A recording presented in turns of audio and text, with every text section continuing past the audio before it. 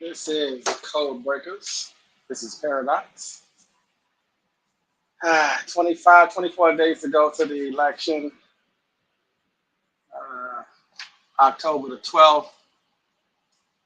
We're almost there. Yeah, we've been off for a few days, and a lot of politics been going on. A lot of different events going on really all over the world. From Israel and Iran and Russia and North Korea to all the events going on in America, from the hurricanes to the elections, and a lot of politics. Uh, we are probably going to. Well, we could have went a lot of different directions, I guess. But talking to DC, I think we're gonna probably start out with some of Obama's speech. He's sort of kicking things off with this last, I guess, this last run before before it's time to vote. We got what, 1 week, 2 weeks, 3 weeks, 21 days, 22, 23. So yeah, maybe 23, 24 days before the fifth. So a few more weeks. Uh, and so I guess they, brought him out to turn things up a little bit more. Maybe the numbers aren't that great internally with the Democratic Party. Uh, so they're trying to, obviously just keep it rolling, keep the excitement going. Kamala did a big blitz the last few days. I think she's going on Charlemagne's show. Uh, when is she going on Charlemagne's show? I think maybe in a couple of days, probably tomorrow or Tuesday. I'm guessing. What tomorrow? Sunday. So probably Monday or Tuesday. I'm guessing she's going to do that show. Uh, I don't know what that's supposed to do, but she's done. She's going to do that show. I think she's done The View. She's done Howard Stern. What else has she done? Howard Stern, The View, and a couple of other shows. She done Call Her Daddy podcast, which I thought was very interesting. If anyone knows how that show got started and where it comes from, but I've been following them for a while, so I thought that was definitely interesting. Um, and I forget one other show she. Oh yeah, and she did a town hall, I think, for Univision. And I believe they're owned by NBC. She did a town hall with a bunch of Latino people in English and in Spanish, I think. And well, she didn't speak Spanish, but interpreting. What else?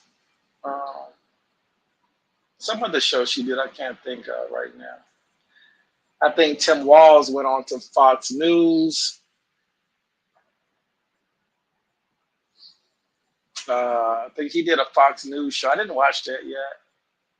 I've been consuming this content like crazy the last 10 days since we haven't been live. Try to pick a good time to go live, which makes some sense, not to oversaturate too much with some of this stuff. But it seems like it's funny in politics. People, parties panic, people panic, political operatives, I guess, tend to panic sometimes. Uh, when the numbers come out, they don't really report those numbers to a degree, but they have internal polling, and maybe the Democrats feel like the numbers are a little light, just relative to where maybe Biden was or Hillary was or whatever, you know, and the numbers may not be as strong. But I would argue, there's lots of reasons why. Um, you know, different time. It's not 2020, it's 2024, right? We don't have COVID right now. There's a whole host of things going on. Things change, demographics change, people's mindsets change, economies change. So you're trying to figure out, trying to get a good sense of where people are and why they're going to vote for who or whom. And it's probably like we always say, the people who are going to vote the way they're going to vote. That's 80-90% of people. Maybe that last 10% that you're fighting for. Because what's funny about Obama, the reason why we're highlighting it, it triggered me to even do a show. is because I don't really know what he's talking about. So I think DC is going to try to explain that to me and what's the point of it all. And instead of just focusing on just straight politics, people have issues as far as the economy, their life situation, what can be done for them, why is it important, etc. We do this every cycle, of course, and their job is to sell it. And people on the left might want to be perplexed about why, Trump probably is going to win this election, in my opinion. Um, and maybe if Kamala had more time, uh, you know, maybe she would have a better chance. And anything can happen, of course. I'm trying to find where it's gonna work for her at. I was thinking that they was gonna run a certain type of strategy, and they're running the one they want to run, and they're trying to hit everybody, which is fine. I don't know if and you can critique things. I guess hindsight is 2020. Monday morning quarterbacking, especially on November 6th or November 7th, etc. When you see the numbers start to come in, you're gonna have a lot of folks pointing to a lot of blame, depending on who loses. If Trump loses, his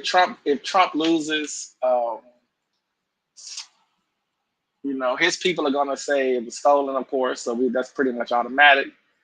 And if she loses, we'll see who gets the blame for that. I have an idea. I won't say it. I'm gonna save that for DC if he gets on here. I won't say who's gonna get the blame if she loses, which is in itself is hilarious. But I think that they should be focusing less on race and focus more on, offering something to different demographics. Looking at the numbers, looking at what people are asking for, and appealing to those people. I don't know how far we're going to go down the rabbit hole. I'm trying to be nice about it. I can't make this shit up. I mean, the Democrats are going to do what the Democrats are going to do. It's a reason why I don't like them. I will never support them. Things like this says it all. Now, I consider myself in the politics, so I enjoy both sides trying to figure out ways to get votes and trying to figure out ways to run, different politics and how it works, why they do it. The reason, looking for different spaces and different things to deploy to get a response. Talking to certain demographics a certain kind of way, I think is unusual. Maybe the Democratic Party has a certain playbook that they go to. They'll bring out Hillary or they'll bring out Bill Clinton or, they'll have different stories to tell to try to provoke an emotion. She goes on to for example, she goes onto the Oprah show and they try to use abortion and to provoke an emotion. They're trying to trigger women into saying that you're losing your rights. And that may be enough to push some women, clearly not all. So this is strategy. And then, you start to attack, you start to go at other groups. What have they offered some demographics? Has it been enough of what they've offered to those demographics, and are you getting a response from it? So, for example, we go into certain areas and we say, hey, you should vote for us, X, Y, and Z, and this is why you should do it, right?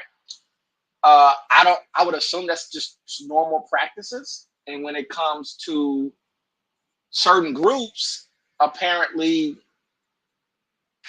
you don't offer anything. You just tell them what they should do, which is, again, it's interesting. Is it effective? Has it been effective in the past? Possibly. You can tie things to fear mongering. You can tie things to the violence by the government, by the state, and try to leverage that to say, look, if you support us, we're going to do X, Y, and Z. Is it truly an honest position? I don't believe so. I don't think that party really can do much for you from a demographic perspective. Now, overall, they can offer benefits that you might uh, can absorb depending on your situation, personally speaking, right? Your personal situation can dictate some of these things, of course. If you're in a certain space in life, a lot of the things that they may offer directly, you know, may not matter to you, and other things might. Could be social, it could be economic, it could be cultural, it could be traditional. It just depends, right? And everyone gets to pick and everyone gets to choose. I don't tell anybody what to do. I want you to listen to everything if you're into it, and if not, don't do nothing. Just live your life, whatever, right? But if you're really into it, they're gonna make a sales pitch to you. Now, I thought that that's the point, though. The point is for them to pitch something to you, to offer you something, a sales pitch. Um, but again, I'm gonna save some of my critique for DC if he's not scared to jump on. His job is to protect that party. Uh, and he does. I think he does a pretty good job of it. Um, but what I'm gonna do. I'm gonna play. I have not seen this yet. Now I've seen what the former president did say in a 5-minute clip at a particular. I forget where he was at, like I forget what you call those places, but oh man, I'm blanking on it. But anyway, he was at one of those places where they're going to be supporting and making phone calls, etc. And and he made some comments that I thought was unusual. But the playbook is the playbook, so I'm gonna try not to be emotional about it. Uh, I'm not totally sure what that party thinks of us. Uh, why they think that they can talk to us any kind of way. I don't know who gave them that authority. I don't know what they think. I don't know. Do they think they own somebody? Um, I follow politics every single day of the week. I drink it, I sleep it, I eat it. That's all. I do it all the time, right? Now I'm gonna. I do run things through a race lens for a lot of things because if you don't understand it, you don't understand it. But at the same time, you can have some thoughts to where you're thinking, okay, now I'm under the impression of a lot of things, right? I have these preformed thoughts, right? That if we're doing politics, you're going to come to me a certain way, and then you wake up in the morning, you see something that's trending online, you're like, well, this guy. I honestly thought that the comments were AI. So I had to go and find these videos, play the videos over and over and over again. I'm like, I just know I'm not hearing what I think I'm hearing. It can't be possible. And I don't expect everybody to be really obviously outraged about it. I believe it's offensive. And I'm not even really trying to push politics per se on that level, right? But I think it's offensive. I think it's strange. I think that you don't speak to your constituents that way. Period. Now I know that that particular politician has a habit of doing that. From what I've been following him for the last 12 years. Has it been 12 years? Yeah, 12 years. Not really 16. I'm gonna say 16 years. And maybe the Democratic playbook, maybe that playbook states this is how you speak to these people, to get a response. Now, I told DC, I told him I'm gonna get off, I'm gonna stay off of them over these years, right? Because I understand what he's being used for. So I don't want to just attack him. I would keep some of it pretty simple. He is a Democrat. He is hired by the Democratic Party, this apparatus, to push their agenda. He's one individual, and he has people listen to him, obviously, right? Very smart person, I guess. And, they think that he knows some things, or they use him for certain things. And you know, they believe at this point that he has influence. Um, again, I don't want to say too much. I want to hold some of this stuff, but I would just say that the people who run that party, and what control that they believe they have. I'm just happy that they're losing that control, and they've been losing that control since that particular person was in office. And I'm happy about it. I'm happy that people who vote, who pay attention to this stuff, at least to some degree, understand exactly what can be done and what cannot be done, what they're offering to you or attempting to offer to you, and in your everyday life, what real impact does it have? And dealing with that party and those people who run that party and how they think about you, what they think of you, the type of people that they put out there to talk to you. Just think about that. They're not saying anything flippant. They're not just casually making these comments. It's a strategy. These people believe that you're going to respond in a way, generate some sort of content. It's going to generate conversation. But I think what they fail to realize that this time around, it's not going to be as effective as they think it's going to be. Now, I will say this. A month ago, I will confess, a month ago, 6 weeks ago, my argument was 90%. 90%. 90%, right? Now I know that the numbers are saying something different and has been, right? But I was under a thought watching the behaviors back then of people like, okay, if you do it the right kind of way and you maintain this momentum and you consistently connect, that you're going to move some people, move some families, and even though they may not want to do it, they might do it for GP, right? It's all good. It's a cultural thing. It's a visual thing. It makes the country more progressive. It makes it more open. It makes it more trustworthy of certain types of people. So it's like, okay, cool, great. But you still got to do your job. You still got to know how to approach it. And I'm gonna tell you, going and running on some of these shows now is interesting. The timing of it's interesting. You don't have much time, right? It's a pressure cooker. But should you have done more of this right from the beginning? Trying to pretend that this country isn't racialized is crazy. It's crazy. Now, do you make it all about that? Maybe you do. Maybe you turn it up. I don't know. I'm not the expert. They are, right? They believe that doing all and everybody strategy makes the most sense, right?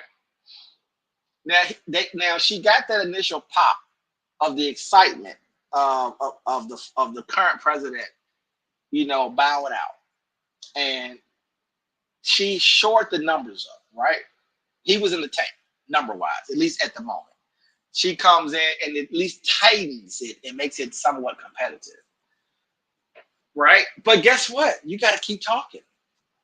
And I would argue the more her and Tim talk, the less interesting I think they are. They can offer a lot of things, which is exciting, right? A lot of good offerings, I think. I think it's a good platform. They're offering a lot of things, but you still have to sell it. People have to want to vote for you. Um, if you look at how Biden won 2020, and you look at some of the errors that Trump made, I wonder, based off just watching how he's moving and watching the numbers, I wonder if he gets people to this time around early vote, he's gonna win. He's gonna win all the swing states. No doubt about it.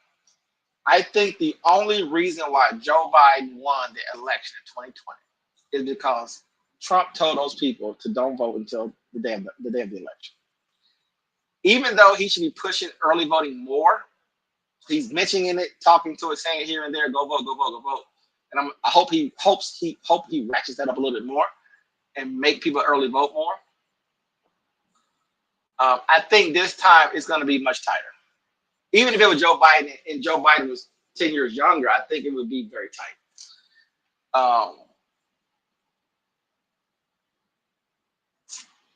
The country, I put it this way as well. Some of the things that has come out about Trump lately, like the thing with Putin or whatever, it doesn't. It's no the American people doesn't seem to respond to it, which is what it has been for 10 years now. So that's not that doesn't work, and putting charges on him doesn't work. So how about y'all just campaign? How about y'all get out here and go to work?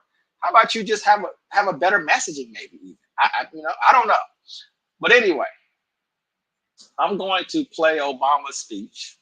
I haven't heard it yet. DC said it was better than his little flippant comment that he made. Uh, you know, going at a demographic that I believe is better served with a positive message. Hey, brothers, we appreciate you. 80% are going to vote for her anyway. So you're trying to move 10% by offending 100%. It's interesting, right?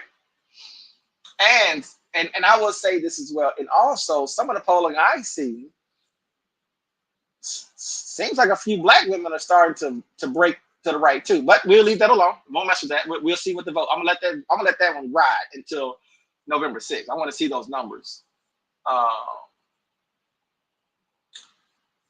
I think if I don't, and like I said, I don't know. Moving to the middle is smart. I won't say she needs to be pushing heavy progressive policies and moving to the left.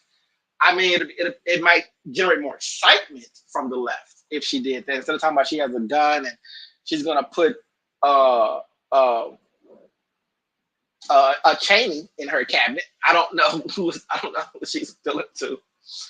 I don't think there's enough, former Republicans and supposedly people who are trying to quote unquote save the country. Which is like, what's funny was, what's so funny is that the Democratic Party and the Republicans who have left the party, and I follow many of them that are very prominent, right?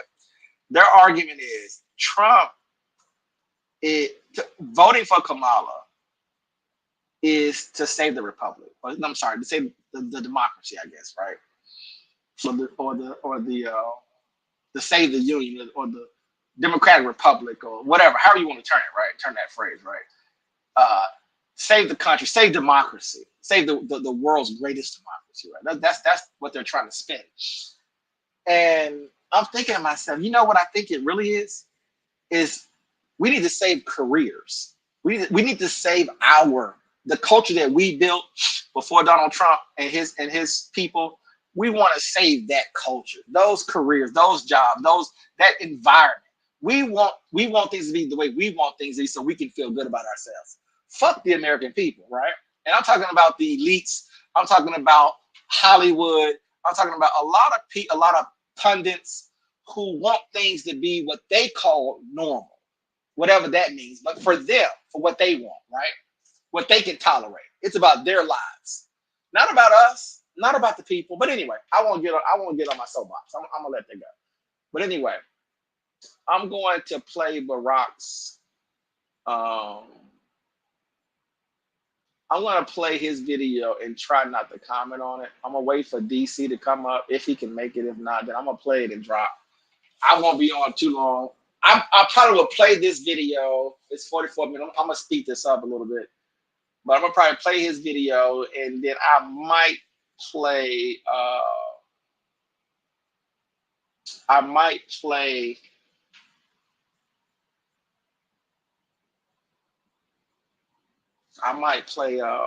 the 5-minute video that he said, because like I told DC, maybe he can explain it to me a little bit better. Maybe I'm misunderstanding it to some degree. I don't know. But anyway, let me hit play and we're gonna rock and roll. Let's see. Let me share. Are you ready to go?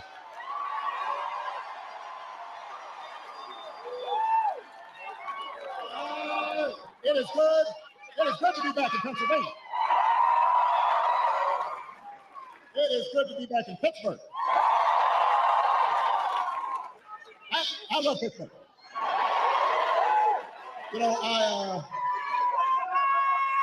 love the people of Pittsburgh. I love the food in Pittsburgh. I don't usually do this, but this is a little bit of a Yelp rating. This has some of Pamela's pancakes. I first had those like 10, 15 years ago when I was running. And I was like, I need some of those pancakes this time out. And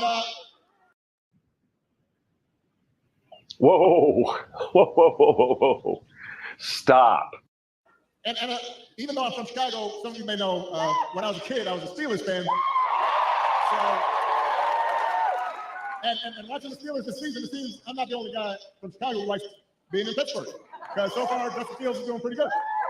Now, before we get started, we have a little bit of work to do here. All right, so I want everybody to be, just settle in. We got some work to do. Before we get started, I did want to say that we are heartbroken about the loss of life in Florida, North Carolina, states across the Southwest. We are thinking about people, families whose lives have been upended by the storms over the last couple of weeks. I could not be more grateful for the first responders and FEMA professionals who have put themselves in harm's way to try and help.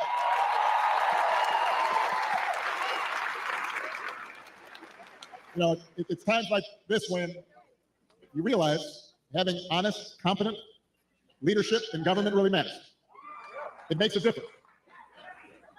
And today I'm asking you to vote for some of those leaders, including some folks we need working with your outstanding governor, who you just heard from, Governor Josh Shapiro. We need them in Harrisburg. So we need you to vote for your next Auditor General, Malcolm Kenyatta.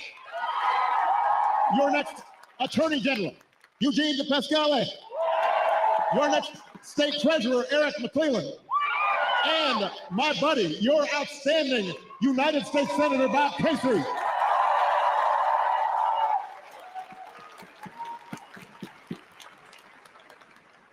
Here in Pennsylvania, there are 3 ways to vote. You can vote early, in person, at the county election office, or at a satellite office. You can also vote by mail.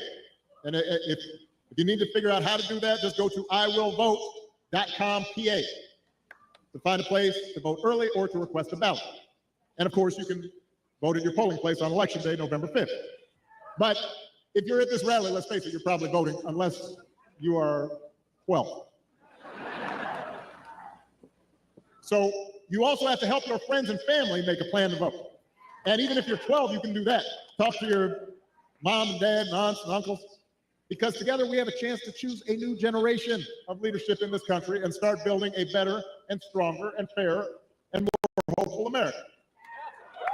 Now, you've already heard tonight, this election is going to be tight, because there are a lot of Americans who are still struggling out there. They're still striving to make life better for themselves, for their families, and for their kids. And let's face it, as a country, we've been through a lot these last few years. We had a historic pandemic wreaking havoc on communities and businesses. Disruptions from the pandemic then caused prices to spike, and that put a strain on family budgets.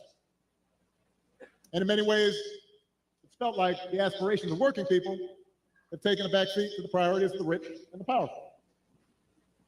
So I get it, why people are looking to shake things up. I mean, I am the hopey changey guy. So I understand people feeling frustrated and feeling we can do better. What I cannot understand is why anybody would think that Donald Trump will shake things up in a way that is good for you, Pennsylvania. I don't understand that.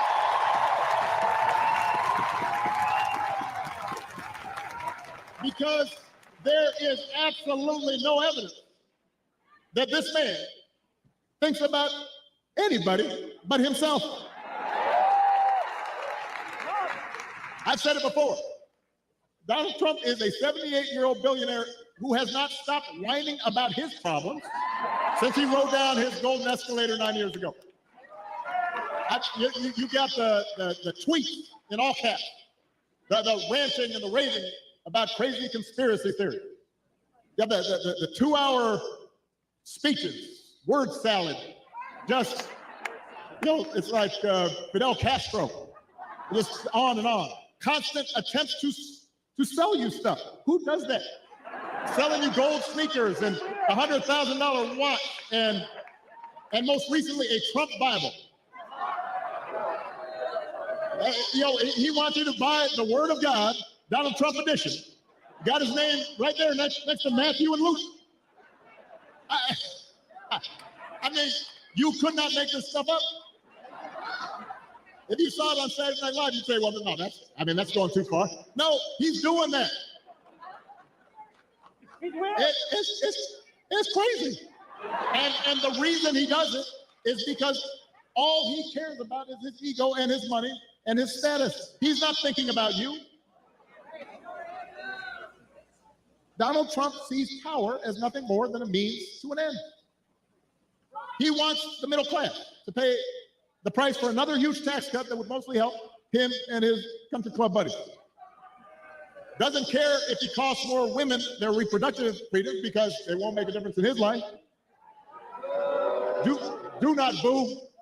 Vote.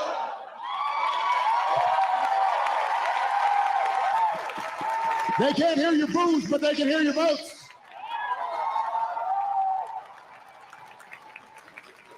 Most of all, Donald Trump wants us to think that this country is hopelessly divided between us and them, between the quote-unquote real Americans who support him and the outsiders who don't.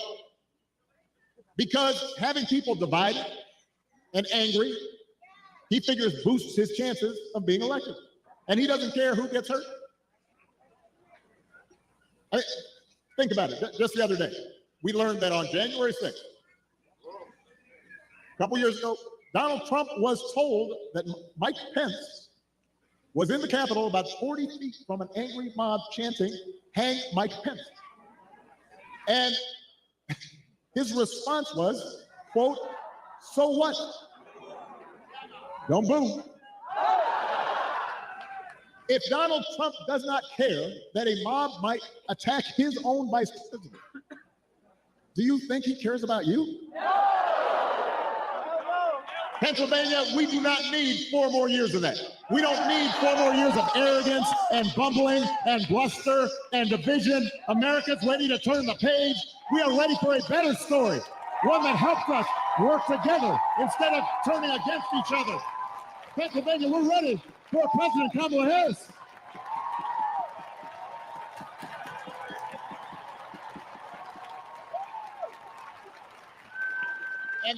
And the good news is, Kamala Harris is ready to do the job.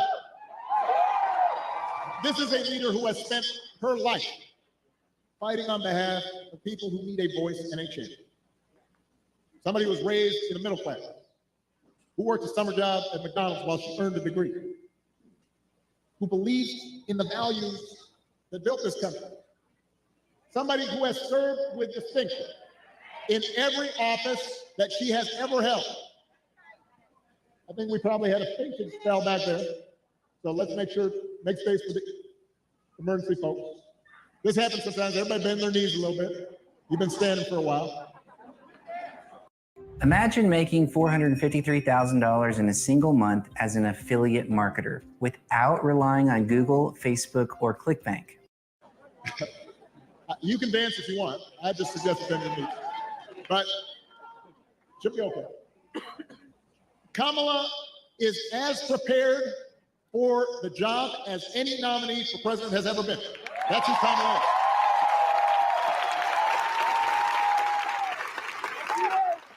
And in the White House, she will have an outstanding partner in Governor Tim Walz. Tim is a veteran. He is a teacher. He's a coach. He's a hunter. He's been a great governor working with Democrats and Republicans to get stuff done. He can also take a vintage truck apart and put it back together again. You think Donald Trump can do that? For that matter, do you think Donald Trump has ever changed a tire in his life? I'm just trying to picture.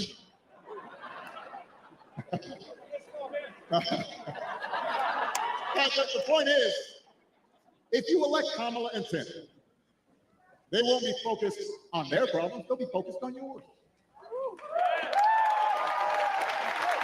They understand that too many folks here in Pennsylvania and across the country are struggling to pay the bills.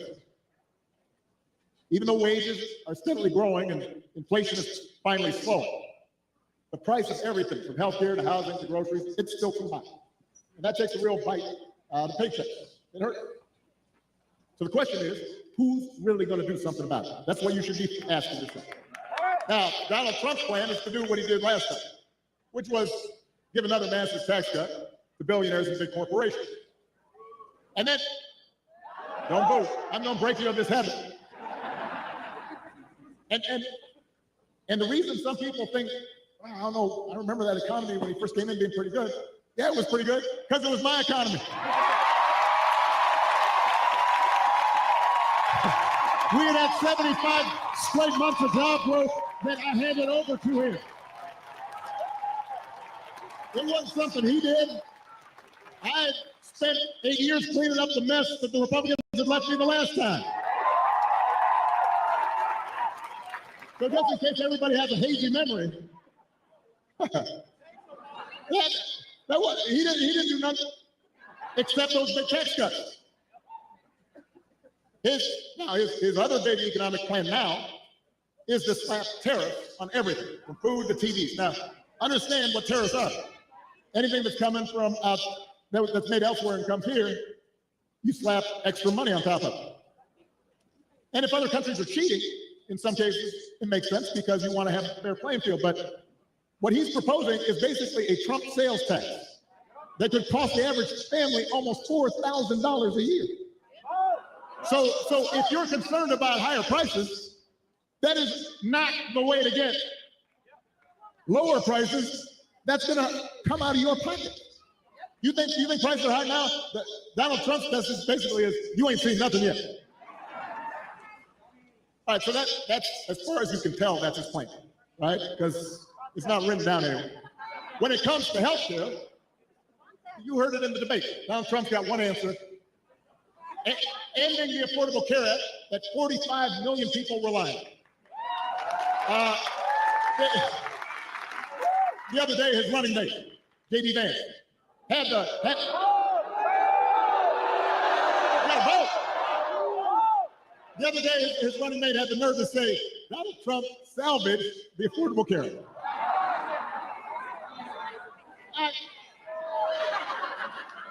I mean, Donald Trump spent his entire presidency trying to tear it down. And by the way, he couldn't even do that right. And now, 8 years after he was elected, when he was asked about what he was going to do, he says he's got concepts of a plan for how he'd replace it. Now, I want y'all to think about this for a second. Let's say your boss gives you an assignment, project. He says, I need this on Friday. And Friday comes around and he says, so, you finished the project I asked for? He says, well, I actually haven't started, but I have a concept of a plan. Or you could try it at home. Honey, did you do the dishes? I have a concept of a plan to do the dishes. How's that gonna go over? If it wouldn't work for you, why in the heck should it work for the President of the United States? But the good news is, Kamala Harris, she doesn't have concepts for a plan. She has an actual plan to make your life better.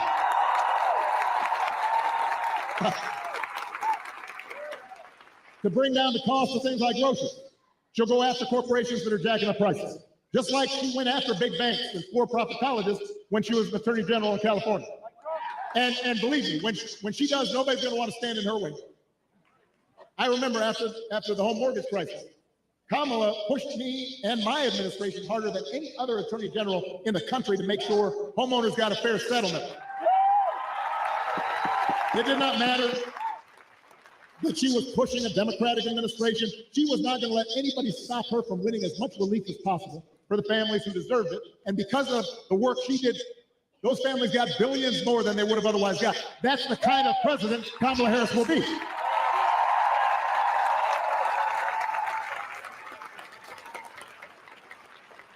To lower housing costs, Kamala will cut red tape and work with governors like Josh Shapiro, as well as the private sector, to build 3 million new homes. And she'll give first-time homebuyers up to $25,000 to help with the down payment. Plans, concrete plans. And for a lot of folks, that could be the difference between watching their dreams pass them by and finally owning a place of their own. To lower healthcare costs, Kamala already worked with Joe Biden to take on the drug companies and bring down the cost of insulin and hearing aids and more than 50 prescription drugs. And as president, she will never stop working to limit out-of-pocket costs and protect your care. That's who Kamala is. She's got a track record of doing it. And here's a big one. Instead of giving more tax breaks to billionaires and raising prices on working families, Kamala will give a tax cut to 100 million middle class and working people here in America.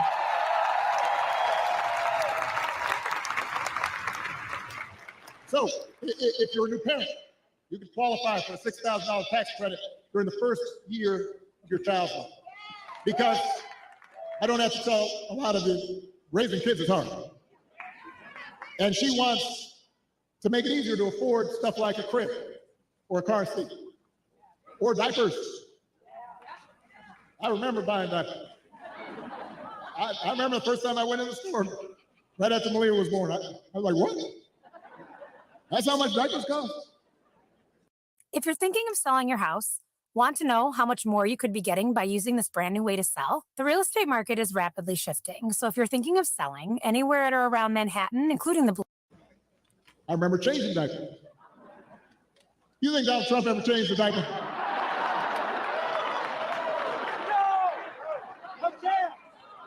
No! Yeah.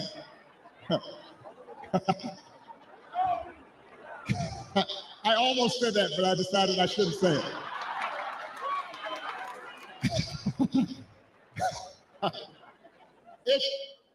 If you're starting a small business, Kamala Harris will give you a $50,000 tax credit to help you get it off the ground. That's who Kamala Harris is. That's what she stands for. So with Kamala, you've got actual plans. Trump, concepts of a plan.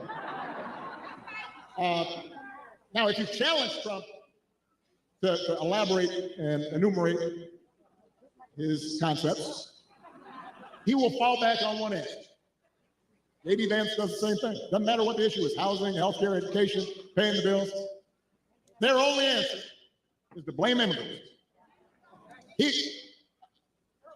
want you to believe that if you let Donald Trump round up whoever he wants, by the way, and ship them out, all your problems will be solved.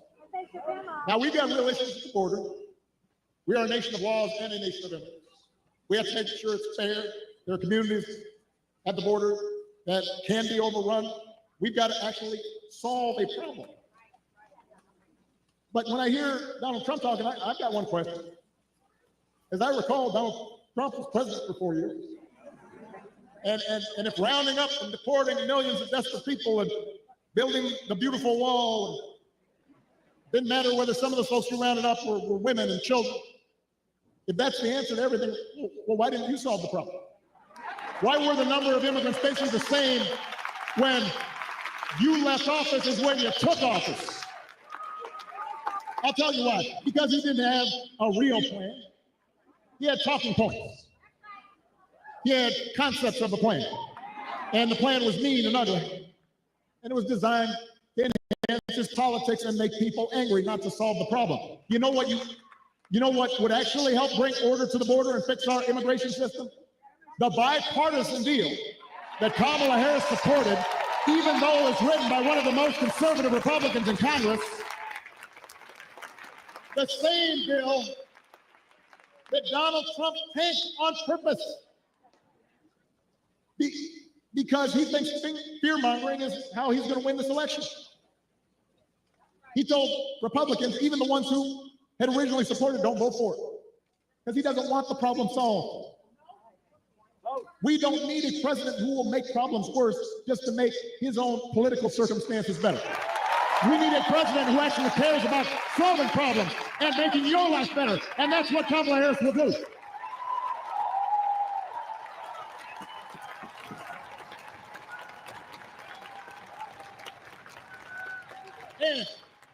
to help her do it. She will need a Senate full of serious public servants like Bob Casey. I'm going to talk about this man just for a second. I've known Bob for almost 20 years. I've watched his daughters grow up. I know his brothers and cousins, and let me tell you, there are a lot of brothers and cousins. And I can tell you that no one is more humble and more honest and more rooted in his community and has more integrity than Bob Casey.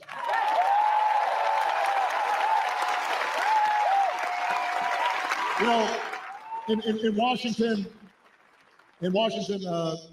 folks make a distinction between work horses and show horses. And Bob Casey, he's not a show pony. All the guy cares about is doing the job and looking after you, the people he was elected to serve. That's the kind of person we need to send back to Washington. That's the kind of person who's going to help Kamala get stuff done. Folks who share our values and will do what they can to move this country forward rather than backwards. That's who Bob Casey is.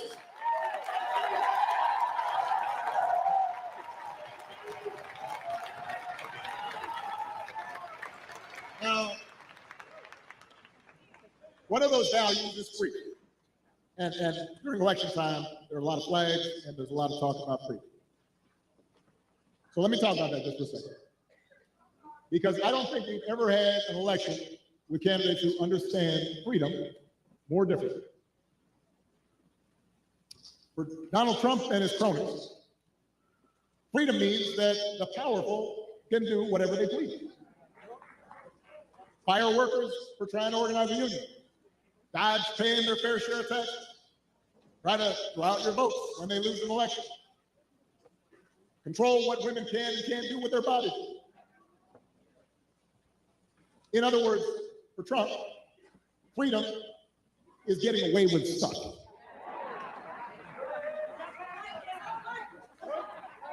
It's like you said in the middle of the pandemic. I don't take any responsibility at all. People were dying. I don't take any responsibility at all. Not sure any other president has ever uttered that statement. We have a broader idea of freedom. We believe in the freedom to provide for our families if we're willing to work.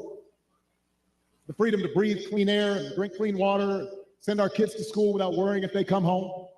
We believe that true freedom gives each of us the right to make decisions about our own life, how we worship, who we marry, what our family looks like.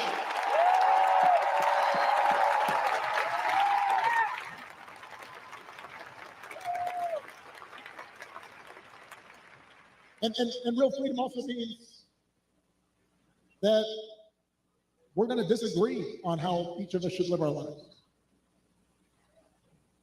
And we have to respect other people's views on these issues. You know, I've always said there are good people of conscience on both sides of the abortion divide. I respect anyone whose faith tells them that it isn't something they support. But if we believe in freedom, then we should at least agree that such a deeply personal decision should be made by the woman whose body is involved and not by politicians.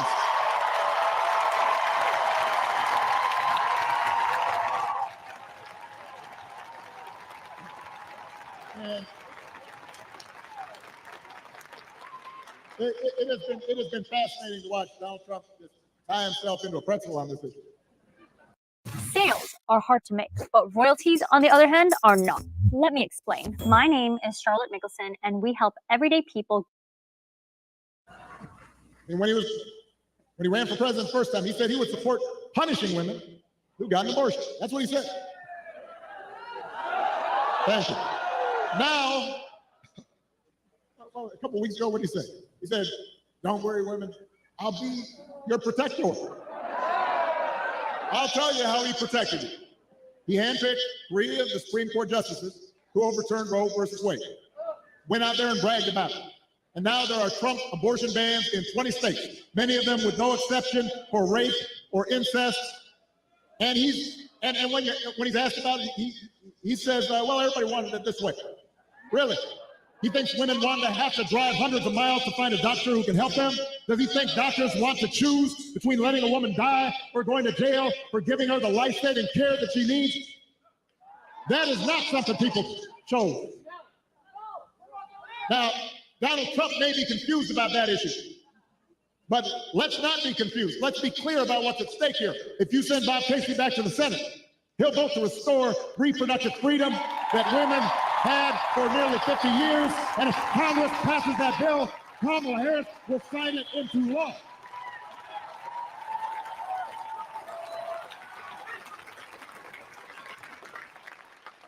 Because they understand that freedom is about being able to make the right choice for ourselves and our families. It's about recognizing that other people have the freedom to make their own choices, even if they're different from ours. And it's an example of how, at the end of the day, this election isn't just about politics.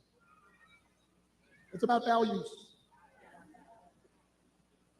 It's about who we are and how we treat each other. And the example we want to set for our children and for their children. And it's about character. You know, some of you know that when I was growing up, I didn't have a father in the house. But I did have plenty of people around me.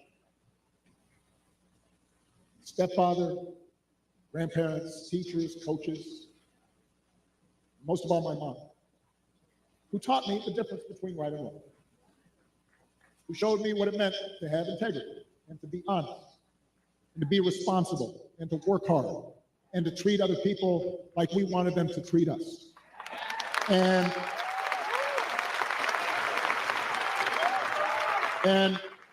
I had a bunch of role models out there who helped raise me to become a man, and I made mistakes, and sometimes I didn't live up to those values that had been taught the way I should have, and I was checked and I was corrected, and I internalized those values, and I tried to live up to them. And I suspect most of you grew up the same way. And you know, that process of trying to live out your best self, trying to live out your values, that doesn't stop after the age of 20 or 21.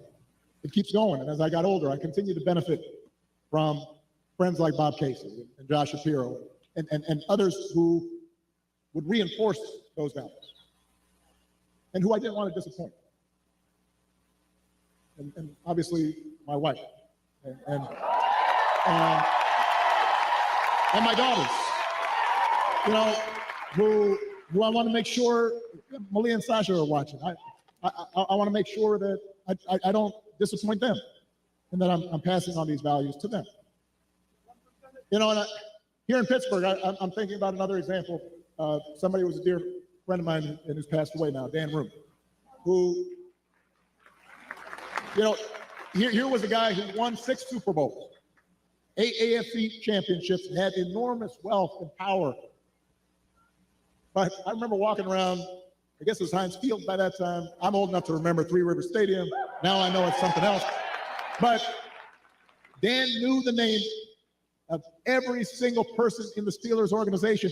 You know, we'd pass by a custodian and he'd say, "Hey, Jimmy, how you doing? How's the family?" All the front office staff, he cared about them. He used his influence to get more black and brown head coaches hired in the NFL. He gave back to his community. He was known for his integrity.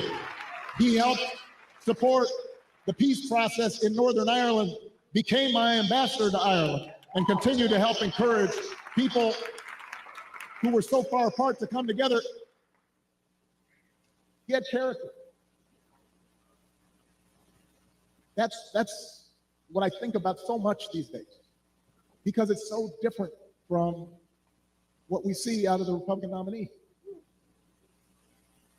And it's been one of the most disturbing aspects of this election season about Trump's rise in politics, is how we seem to have set aside the values that people like Dan stood for, and Bob stood for, and that I was taught, and those didn't used to be Republican Democratic values. I mean, it used to be we'd have arguments about tax policy or foreign policy, but we didn't have arguments about whether you should tell the truth or not. We didn't make excuses for people who just violated basic norms of treating people fairly and with respect. I mean, just last week, I talked about this. We had one of the deadliest hurricanes in American history. The beautiful town of Asheville, North Carolina, one of my favorite places in the country. Spent time there, amazing people. Devastated. Hundreds of people killed. And President Biden and Vice President Harris were down there meeting with local officials and comforting families, asking how they could help. And Donald Trump at a rally just started making up stories about the Biden administration withholding aid from Republican areas and siphoning off aid to give to undocumented immigrants. Just made the stuff up. Everybody knew it wasn't true. Even local Republicans said it was not true. And now the people of Florida are dealing with another devastating storm. And I want you to watch what happens over the next few days, just like the last time. You're going to have leaders who try to help, and then you have a guy who will just lie about it to score political points, and this has consequences. Because people are afraid, and they've lost everything, and now they're trying to figure out, how do I apply for help? And some of them may be discouraged from getting the help they need. The idea of intentionally trying to deceive people in their most desperate and vulnerable moments. And somebody you're doing. Hey, it's Jay Shetty. Are you looking for an exciting new career where you can help others and grow business with? Just outright lies and manipulate. You stop doing business with. Even if you had a family member who, they think, well, at least he's owning the libs. He's really sticking it to them. It's okay as long as our side wins. And by the way, I'm sorry, gentlemen. I've noticed this especially with some men who seem to think Trump's behavior, the bullying and the putting people down, is a sign of strength. And I am here to tell you that is not what real strength is. It never has been. Real strength is about working hard and carrying a heavy load without complaining. Real strength is about taking responsibility for your actions and telling the truth even when it's inconvenient.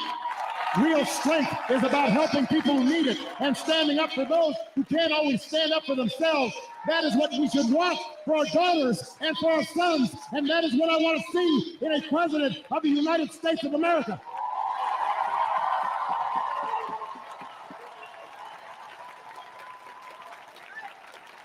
And the good news is that you have candidates to vote for in this election that demonstrate that kind of character, who know what real strength looks like, who will set a good example and do the right thing and lead this country better than they found it. So, Pennsylvania, that is the choice in this election. It's not just about policies that are on the ballot. It is about values, and it is about character. So whether this election is making you feel excited or scared or hopeful or frustrated or anything in between, do not just sit back and hope for the best. Get off your couch and vote. Put down your phone and vote. Grab your friends and family and vote. Speak some truths, if you don't mind. Because my understanding, based on reports I'm getting from campaigns and communities, is that we have not yet seen the same kinds of energy and turnout in all quarters of our neighborhoods and communities as we saw when I was running. Now, I also want to say that that seems to be more pronounced with the brothers. So if you don't mind, just for a second, I'm going to speak to y'all directly and say that when you have a choice that is this clear, when on the one hand you have somebody who grew up like you, knows you, went to college with you, understands the struggles and pain and joy that comes from those experiences. Who's had to work harder and do more and overcome and achieves the second highest office in the land and is putting forward concrete proposals to directly address the things that are vital in our neighborhoods and our communities, from housing to making sure that our mothers and our fathers and our grandparents can afford medicine, and making sure that we are dealing with prices that are too high and rents that are too high, and are committed to making sure that we maintain the Affordable Care Act, so everybody's got help, and cares about things like education and entrepreneurship in our neighborhoods. And that's on one side. And on the other side, you have someone who has consistently shown disregard, not just for the communities, but for you as a person. And you're thinking about sitting out?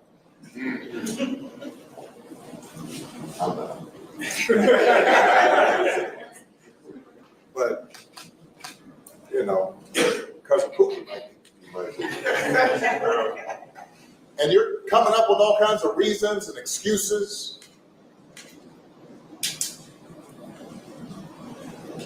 I've got a problem with that. Because part of it makes me think, and I'm speaking to men directly, part of it makes me think that, well, you just aren't feeling the idea of having a woman as president. And you're coming up with other alternatives and other reasons for that. And I think anybody you are talking to in a barbershop, anybody you are talking to in your house, in your family, at church, who is coming with that kind of attitude, I think you have to ask them, well, how can that be? Because the women in our lives have been getting our backs this entire time. They've been raising us and working and having our backs. And when we get in trouble and the system's not working for us, they're the ones who are out there marching and protesting. And so now you're thinking about sitting out or even supporting somebody who has a history of denigrating you because you think that's a sign of strength, because that's what being a man is, putting women down. That's not acceptable.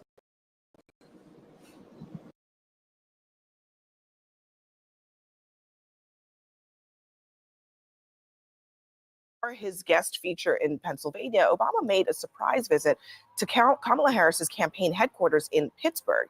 It was there that he got candid, maybe a little too candid if you are in the vice president's inner circle tonight. He warned that Harris is underperforming him with Black voters, and he had a message specifically for Black men. Part of it makes me think that, well, you just aren't. That message was so pointed, in addition to him making it very clear Kamala Harris is not doing what she needs to do with this core Democratic constituency. That's right. Although he is asking her, let's be clear, to go over a very high hurdle. Barack Obama got historic levels of Black voter registration and turnout and support, and he did it twice. It was almost inevitable that it was going to swing more toward the long-term average of a handful of black But can voters. I interrupt you for just a moment, Republican just to show you something here? Because we went back, looked at 2020 exit polls. Biden got 92% of the black vote. Right now, according to Quinnipiac, this is in Pennsylvania, according to Quinnipiac, Harris is at 78. It's a big gap in this state right now. And that can be closed because Biden is not Barack Obama. Biden is not on, well, he was Obama's running mate. Certainly some spillover there. But you cannot ask of every black candidate in the post-Obama era, you've got to come up with 92% of the black vote every time. That is just not a reasonable assumption. If the margins are as tight as they're likely to be in this race, that's going to cause you problems in Pittsburgh and in Philadelphia and in Detroit and in Milwaukee and in Atlanta and in all of the swing states. And so they're going to have to come up with a strategy. I mean, they have to try something. It's a lot of pressure. I mean, this is not. On the ballot right now are women, and we're begging all these men to pay attention to us and to care enough about this election to vote, to come out, to support us. I feel like Barack going on the campaign trail right now makes perfect sense. Of course, right? He's a top surrogate for Democrats. He should be out there doing the work right now, making sure men care. Because men, I don't know, it's because men are the problem right now. Care. I mean, women. And by the way, Governor Walz, according to Politico, is going to be going out on a men tour, literally a tour of media to appeal to men. They need to appeal to the needs of the voters. And so when I was a delegate for President Obama in both of his elections in Ohio, right now the vice president is down 11 points in Ohio, even though I fully expect President Trump to take Ohio as he did twice, but to be down 11 points compared to President Biden, that is a problem. But this other issue I want to bring up is a problem too. Why are black men being lectured to? Why are black men being belittled in ways that no other voting group? Now, a lot of love for former President Obama, but for him to single out black men is wrong. And some of the black men that I have talked to have their reasons why they want to vote a different way. And even if some of us may not like that, we have to respect it. So unless President Barack Obama is going to go out and lecture every other group of men from other identity groups, my message for Democrats is don't bring it here to black men who, by and large, don't vote much differently from black women. And why, as a politician, he warned that Harris is underperforming him with black voters. And he had a message specifically for black men. Part of it makes me think that, well, you just aren't feeling the idea of having a woman as president. And you're coming up with other alternatives. Was so pointed. Obama, you've got to come up with 92% of the black vote. As a politician, we should be trying to get all voters to vote. And hopefully there are a few good men out there who do care about the stripping away of some of women's bodily autonomy. But this is wrong for President Obama. It is a wrong course for the Harris-Walz campaign to lay at the feet of black men when they have their reasons. In 2020, the vice president was labeled a cop, as we know. But do you think, sorry to interrupt you, Nina, but do you think he's right? That one of the reasons is because they don't like the idea of a woman. It might be some listen, black men are socialized in the same society as any other man. So yes, is misogyny maybe a part of it? But again, is President Obama and is the Harris-Walz campaign how he's talking about black men in particular and singling them out in this way? Yeah, let's start from here. He is still the greatest living retail politician. He's objectively a top 15 president. But even he can swing and miss sometimes. And here he swung and missed. Here's what he did. Harris has been very strategic about when and how she's spoken about gender and race. And he stepped on that. And when she hasn't spoken about it, he stepped on that message. And I think also with those comments, and there's more to this, but let me just start with this, is that he forgets, at least in that moment, that she doesn't get the benefit of being a historic first the way he did. She's a historic first woman if she wins. Maybe that's part of the problem. That's what he's saying. Why doesn't she get the benefit? Well, first of all, we have to remember that this is a thing. Like Barack Obama has a history of kind of chastising specifically black men, and like the question is whether what he said is relevant, right? Because there are a few black men, like there are a few white men who are more conservative than black women, and more white men are conservative than white women. But the point is, does this work, right? And there's no evidence that it's true or that it works. And he doesn't do that with, like, you've never heard him say, why don't you white women stop being racist and vote for me or Kamala Harris, or they don't talk to Hispanic voters or LGBTQ voters. It's only specifically black men that he takes this tact that doesn't work. Why do you think that because is? You know why? No, because tell me. The second most loyal, the most progressive group of men on the planet, they don't care about. They assume that they have their vote and they don't have to do anything for it. And the point of this is that if you don't vote for Kamala Harris and you're a black man, something must be wrong with you. That is the subtext of everything that they're saying. Well, this is what I would say to this, because I was there when the NABJ interviewed Kamala Harris in Philadelphia. And what Kamala Harris said then was that you asked that question with the assumption that black men are in somebody's pocket. You can't make that assumption. Black men are just like any other group. They have their interests, and I'm working to get their vote. I don't expect to get it because I am black. I am working to get their vote. And that is what she said. And so I think we have to focus on what she said about black men. And I think we also have to focus on the fact that most black men are going to vote for Kamala Harris anyway. That is the reality. But I think that in talking to black people every day, which I do as a radio host, I've heard some black men say, I'm not voting for her because she is a woman. I've heard that. And I think that is reprehensible. I got to be honest. So he's heard it. I mean, are we, when I say we, I mean the collective we as the country, afraid to just talk about a thing? I think is you can Obama talk saying, about it, but if you summon Barack Obama to fix a problem, you have to wonder if this fixes a problem. If I am interested in getting Kamala Harris elected, then I am upset because he hurt the thing, the strategy that she was employing to win. Well, I think part of what has to happen, though, is that you have to have that conversation in private. There are some things you talk about in the barbershop when there's no cameras, right? There's some things that you talk about at home. There's some things that are family business. And I think the mistake that Barack Obama made was to take family business in the street. Shaming voters is a terrible idea. It was bad when Hillary Clinton did it with deplorables. It was bad when Mitt Romney did it on the eve of the election. Even if there's a grain of truth to it and there's the occasional radio caller that's going to admit to that sentiment, let's actually look at the fact that Biden was struggling with black voters. And that was a topic of conversation over and over again. So it's not about sexism. Let's hold on 1 second. Let me take a look at this. Let's take a look at the numbers, because I think just to see what we're talking about here, there's been a progressive decline in overall support among black men and, to a lesser degree, black women for the Democratic nominee. Biden was doing better among black men than Harris appears to be right now, based on some of the better polling that looks at these demographics. So I guess the other part of this is, you're talking about keep the business private. You're saying he's messing up the strategy, but the numbers are the numbers. And he's trying to fix a numerical problem that she has, a math problem that she has. Right. I agree with most of what you were saying, Solomon. I don't think the problem is that he spoke it out loud. I think the problem is that he singled out black men. In other words, there is a sexism component to this race. There was a sexism component to the Hillary Clinton, Donald Trump race. Right. If Trump wins, he will have only ever beaten women. I can't give you a number, but sexism is in the mix here. But it's not black men specifically. I think it's men, not black men. And that, I think, is part of where Obama went wrong. And I think we also have to look at numbers and actual statistics, right? Because all of those reliable polling has a small demographic of black men. You're talking about most of them poll at most 40, 50 black men, right? Well, I don't think in this particular case, just to be clear about what we were looking at there, the exit polls were from the actual elections that we had. And then the Pew polling, Pew looks more closely at specific demographics. Right. And they do that in a way that we, as a news organization, deem to be a reliable way of looking at this. Not every poll is reliable, but we think this one is. And when you remember now, we had the same conversation 2 years ago about Stacey Abrams. Why won't black men support Stacey Abrams? And after the election was over, we saw the numbers, and black men in Georgia, where I live, supported Stacey Abrams at higher rates than they supported Biden. So we have this narrative, and then you have the truth, and you have this conjecture. But the candidates are speaking with their actions. Kamala Harris next week is sitting down with Charlemagne the God to talk to black men. They're being explicit about it. Right. So let me play for you what happened on Charlemagne's show yesterday when they were talking about a call that they'd received from a black man in Florida. This was kind of in the context of the storms, but they played the call. Listen. So you want to know where to invest $1,000 right now? Well, forget about stocks, crypto, and real estate, because there's a little known trend taking the world. It don't matter what they is, Democrat, Republican, they all treason, man. They all about money, bro. None of these people care about American people, bro. This shit hurt, bro.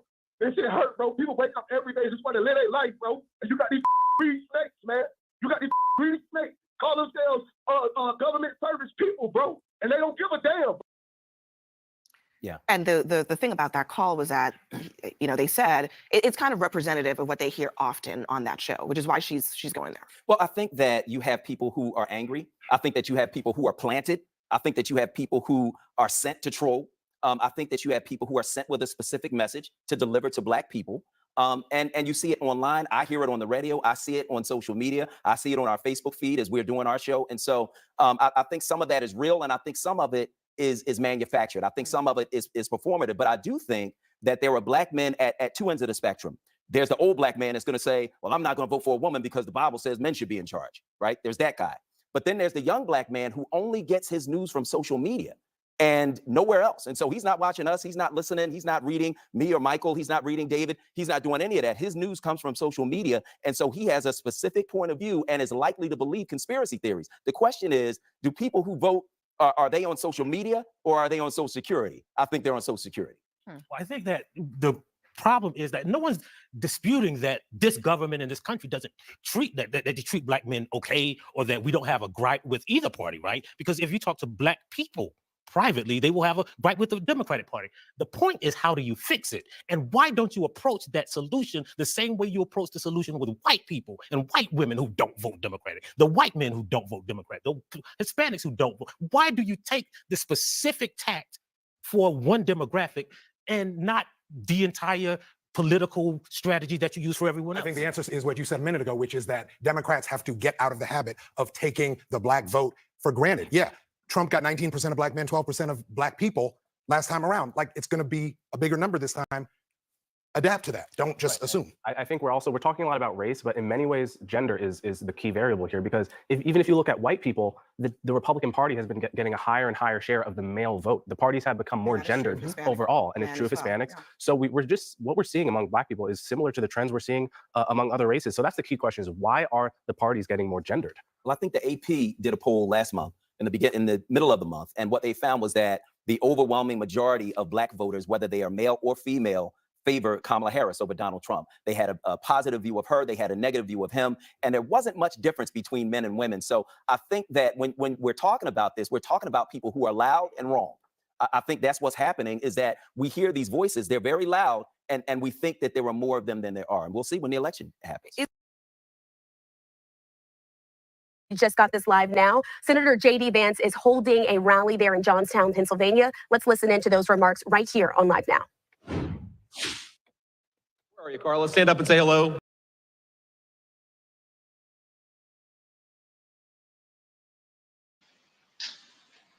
DC will cold break you. DC is in the building. Can you hear me? Test, test, test, test. Can you hear me? Yes, sir. Yes, sir. Check, check, check. Microphone check. Microphone check. 1, 2. What is this? Yeah, man. What's going on, man? How you doing? I'm good, man. Good, I'm good, good. Watching all the bombings in Lebanon. Yeah. In the meantime, real world building is going on in other places. It's amazing how that works, right? You don't ever get to see how the sausage is made. When you're on a great empire, like this, bro, you got to do you got a lot of irons in the fire. You know, a lot of different things going on at the same time. Right. Yeah, man. This country's ability to multitask is fascinating. Actually, Yeah, that's impressive. you know, it's very impressive. Very much so. You wouldn't even think there was serious lives being lost by the minute. You know, That's facts. deals being made. So Right.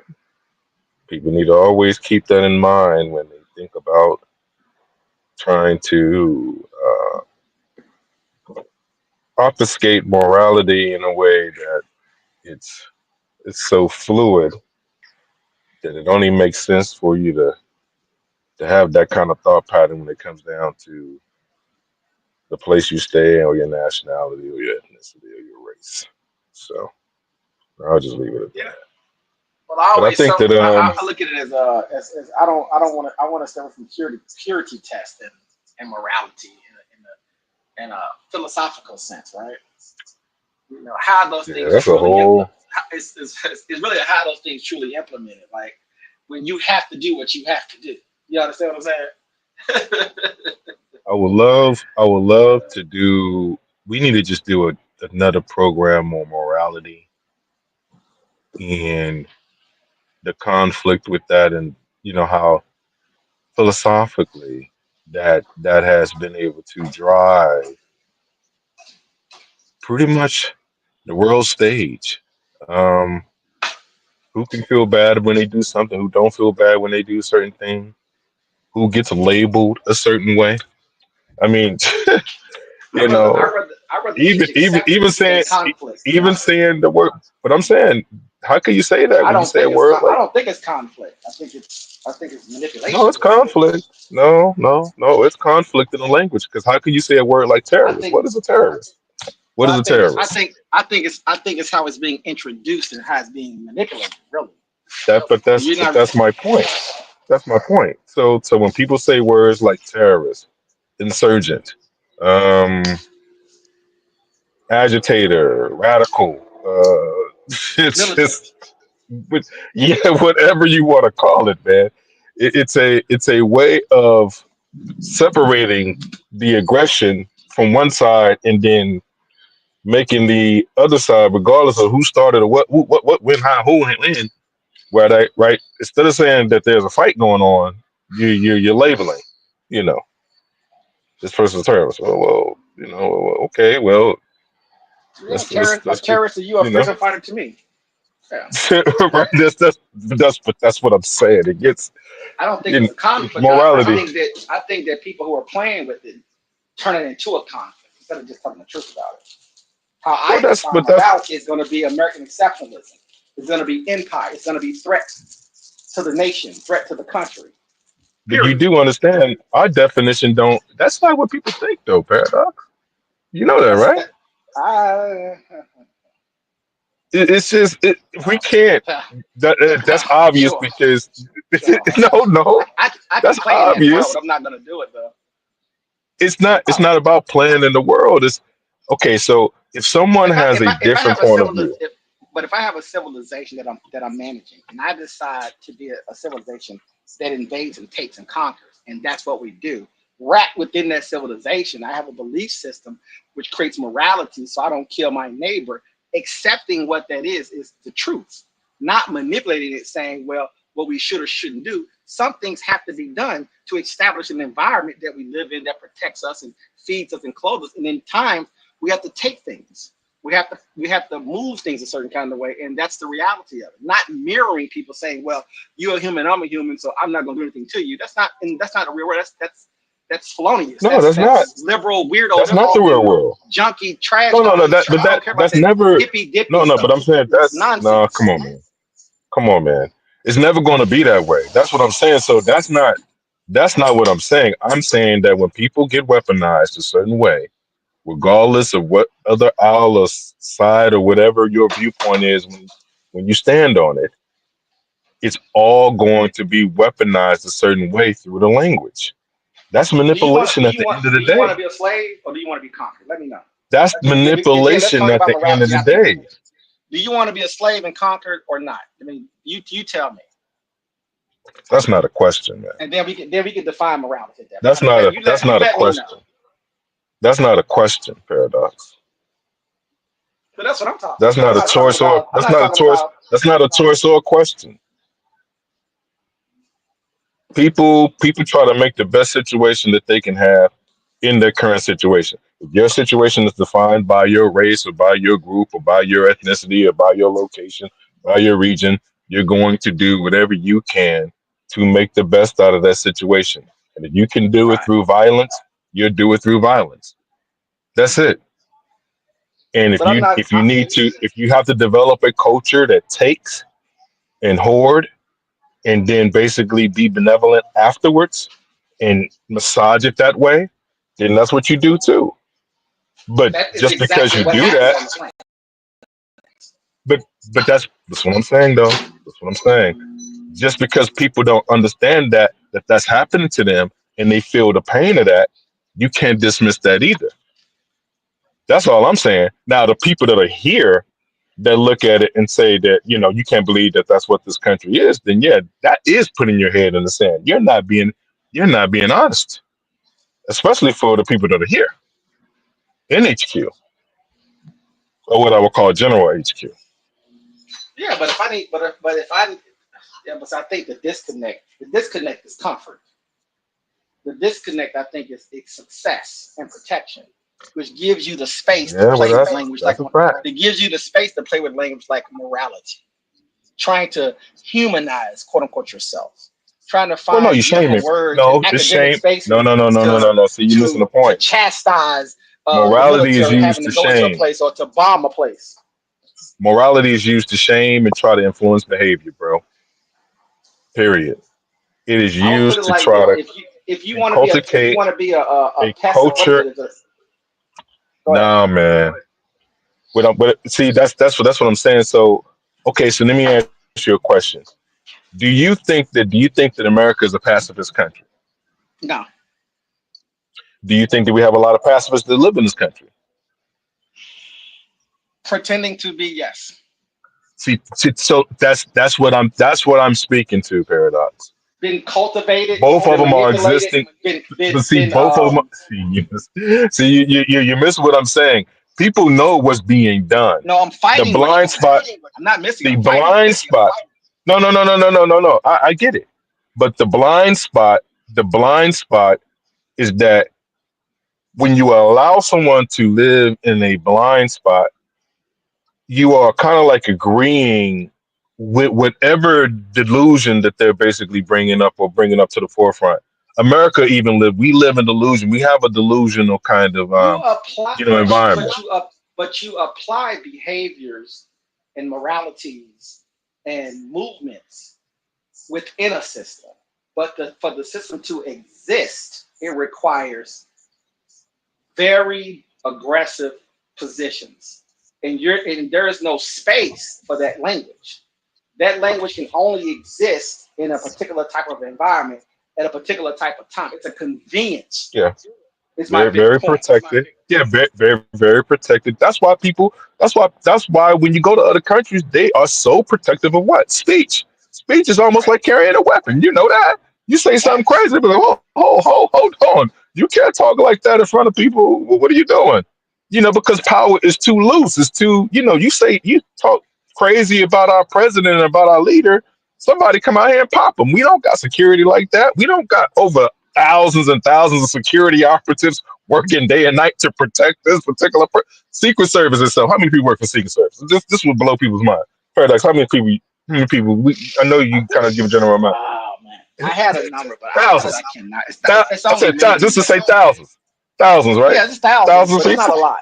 It's not a lot, though. No, I'm talking about not work Secret Service. I'm talking about working everything else like administration, Oh yeah, doing the yeah, legwork. I'm talking about the whole tens of thousands. agency itself. Oh yeah. Now think about it. Everything, all the information that is being used, even down to like the reporting that's done, the surveillance, people doing different things, all of that, the networking that's all across this country and the world, and different networks, 24/7, just to keep what a couple of people safe. Right. So I mean, you think about other places, they don't have that kind of room. So you talking crazy, they got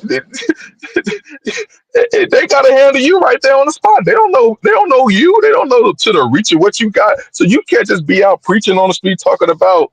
I was about to say something. I'm not going to even bring it up, but you know how loose. You know how crazy this can get. Oh, I know. They'll just pick you up, pick your family up, and be like, "Well, who else? Trust me, Who do you you're very talk lucky to?" you live in. You're very lucky you live in America in this time.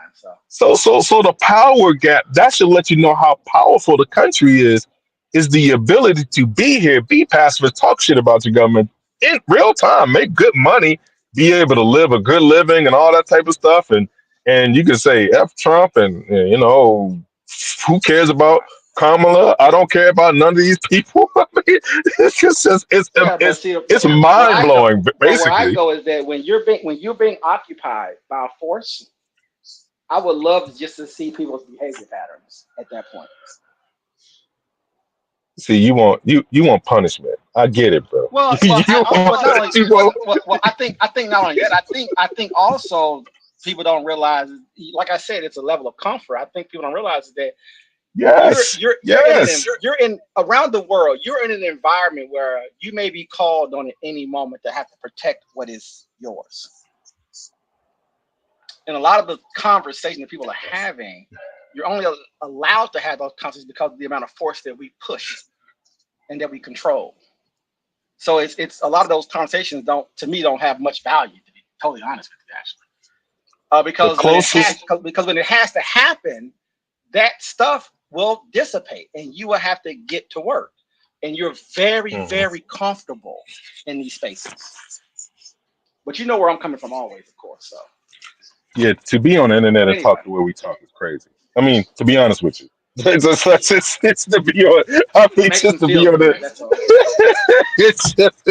It's just crazy, huh? It is. I mean, some of the stuff that people be saying is wild. I'm like, that's wild, But hey, man, it's the culture, it's the country, the things that they have done globally around this planet, and the reputation that this country and the empire has had over the influence of the environment and the world. That just lets you know the reach, Well, you can. and Well, being able to this handle different place. things too. So Well, the thing is that this place can be ruled by somebody else. This place can be taken, right, in the future. Then what? You can see other places around the world and ask yourself, do you think that's where you want to be? Are those people comfortable in their space? And I'm talking about leaders, not the common folks are just gonna, bump in the walls all day, of course. But are those leaders and those people who are running things, how comfortable are they really knowing that they can be taken most of them can be taken at any moment.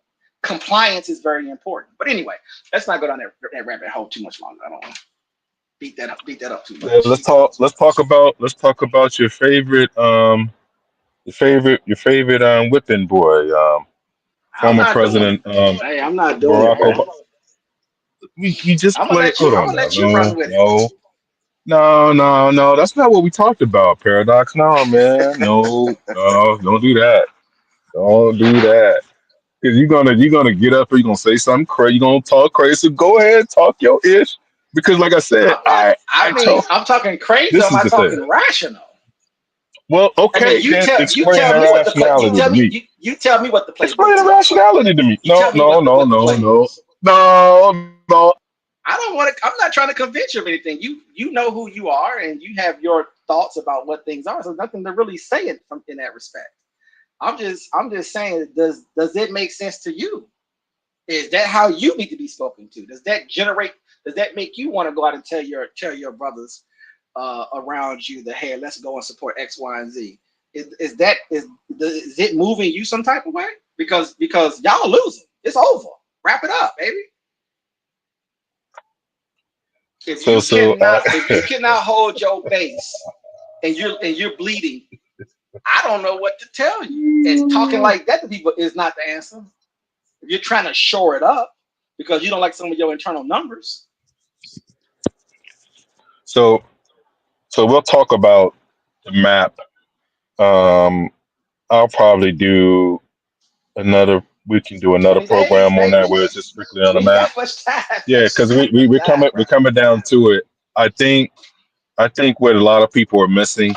I don't think that So okay. So let's go back. Remember we talked about the black man vote. So are you changing your mind about the black man vote? I want to make sure I got you on record because you're talking real crazy right now. So what we got? I said at the top of the show that the strategy, I don't know if it's doing what it's supposed to be doing. So I mean, I felt like I was at 90% a month ago. So where you at now? I'm not there now though. Yeah. No, it's not gonna be 90%, bro. It'll most likely be. I thought that I thought that campaign was going to get a better response. So I'm disappointed in that. I'm not angry at the strategy. And like I said, hindsight's 2020. You can Monday quarterback it on November 6th or whatever, right? And kind of look at and kind of get into the different districts, different states, and what actually happened, right? Who actually came out, who actually supported, and we'll see how that plays out. But yeah, I thought I put it this way. They should be working probably a lot harder. I will say that. I think that I don't know who you need to be tapping into or who you need to be who they need to be connecting to. But whatever they're doing, I don't think it's holding. I don't know why, to be honest with you. They're offering a lot of goodies. It's a lot of good things being offered. I mean, she has a 80-page plan on the site. I mean, tons of information there. So you can go read about it, of course, and all those good things. But not sure who's going to read it. now we're getting now we're getting bombarded with too much information from her now. So Right. it's just And yeah, she's doing her media blitz. Tim Walz hit Fox News. She's been on a bunch of shows and podcasts, etc. But you remember when the paradox. You remember when I said earlier, this is why you talk through race. You talk through it. You don't let it catch up with you, because it catch up with you. It catches up with you every single time. And when you try to dodge it as long as she did, it ends up happening. You get friendly fire, which is from the Democrats, which is former President Barack Obama is part of that. Yep. He misfired. It's a bad. It's like the tank. It's like what's the one the one of my best movies with Denzel Washington. Remember in Goldie, is it Goldie Hawn? Remember she was in the service with them and she was trying to lead these guys and all that crazy shit happened. Oh, that was so That's good. what this is. Man, that movie was so good, bro. Oh, That's what that shit was crazy, because that's how it was. You know, tanks firing on each other because all the tanks look the same in the desert and shit, all the dunes and shit. You'd be like, man, you know, is that one of ours? That's one of ours. Her men traded on her. They traded on her, basically. It's crazy. Exactly. And that's not. This is a perfect situation because Kamala is very similar to this type of situation where she don't want to deal with her being a woman, but her being a woman still comes up at the end of the day as far as being an effective leader. She was great at what. You got to go through it. It's a fire. Race is that's what I'm exactly. You have this country. This country is stuck on it. You can't dodge it, especially with your. That's why with the shenanigans and all. You know, I'm gone. You know, I don't want to do. And she was doing good. She was really at a good spot. But before all this caught up to her, it had nothing to do. This had nothing to do with her, by the way. This is not her fault, actually, to be honest with you. All the stuff that didn't happen the last week or so don't got nothing really to do with her outside of not talking through it the first time. You deal with it, you talk through it, you have the very tough discussion really early in her campaign. Let me tell you something. Go ahead. Now, me and you know. Let's just do it this way. I'm trying not to do it too bad, but I say this. Now go ahead, man. I want you to. You need to let it out because it's inside you. You don't need to talk to me about. I don't want to be on it. You need to let it out. You need to put it on wax. I'm gonna be nice. I'm just gonna say this. No. Obama. You need to. I mean, if it come you need to talk like you need to talk. You need to talk like we be on the phone, like you just talking to me or something.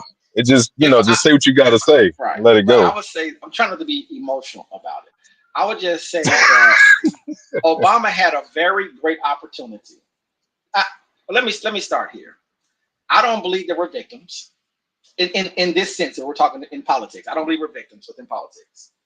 I think they were informed. I think we're intelligent. I think we're very, very smart. I think we are looking for the same thing everybody else is looking for in this country. That's my base. Okay. When Obama comes out to speak, it is a phenomenal opportunity. And I'm going to tell you what I mean. I would love for Michelle, Barack, Kamala, and what's the sister down in Georgia? Stacey Abrams, right? I would just use them for. I'm just going to use them for. That's on top of my mind right now. I'll use those 4 people.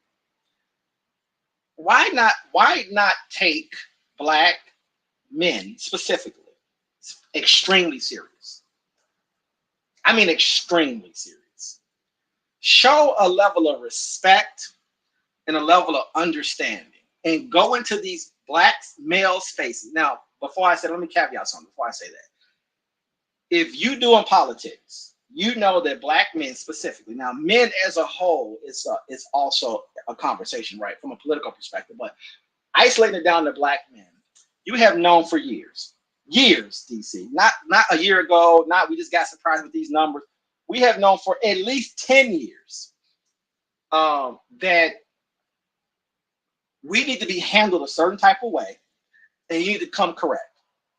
And those 4 people I just named has the ability to connect, right? They have the ability to connect. I've seen them in spaces that I said, if you're doing this from a campaign's perspective, it will be extremely effective, and it will dull some of the attacks that you're going to get regardless, right? It will dull those attacks. You would give people something to work with, but you have to show me that I exist to you, that I am human to you, that I am relevant to you, that you care about me, that I care about the country. I have fought for this country in all the wars. I have laid my life down, right? I have felt the whip. I have built this nation. And I put you in fucking office. Bro. To say that shit. Church, tabernacle. Go ahead, man. Listen. To say that shit, bro, I'm going to tell you, man. It's saying a lot. The Democratic operatives and white liberals in the Democratic Party and the way they deal with this situation, him saying those things tells me a lot about how that party processes us. And for us to tolerate that, fuck what the Republicans are talking about. If at an 80% rough clip, if we're being talked to that way, I'm just having a really hard time understanding how, fine, if you want to move in that space, that's fine, right? But don't come at me with nothing when we talk about Democrats, bro. I don't want to hear it. That to have someone, anyway, I'm not even going to go any further. I'm going to leave the rest for later. Save the rest for later, DC. Save the rest for later. I'm just saying. I'm just saying, man. It's just a strange thing, bro. It really is a strange thing. And I would not give you more because y'all know, you know what it is. And I understand that it's some complexities to this, and obviously in politics, there's a lot of other moving parts, right? But I feel like that particular demographic is really receptive as if you engage it. It's just shocking, it's shocking to me. But I told you, I'm not going to bash them. I'm not going to go crazy, right? I'm not gonna go crazy.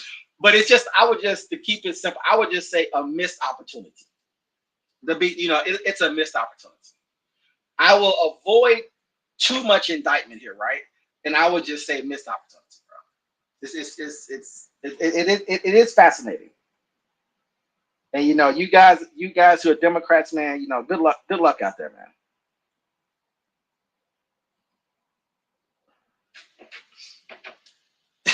You don't have anything. You didn't drop off on me, did you, DC? You don't have. Did you meet? You muted up on me. Yeah. I'm here. No, I mean, I agree with that. I think that hold on for just a second.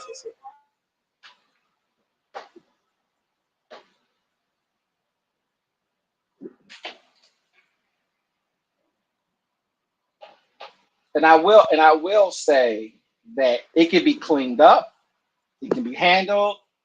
It's an easy fix. I don't think I would love for someone to ask Kamala, well, what does that all mean? And I'm pretty sure actually, I would be shocked if Charlemagne does not ask that question. I have a good feeling that he's going to bring it up, and I think that Barack probably did her, I wouldn't say a disservice. At least it's engaging people, getting more clicks, you're getting more views. I mean, we were going to do something else, obviously totally different until a couple days ago, but I think that he's probably going to answer that question. And that's a question that you don't want to be asked. Maybe, right? Maybe it opens up the opportunity for her to discuss more specifically about Black people as a whole and Black men specifically and Black boys, more importantly, in my opinion.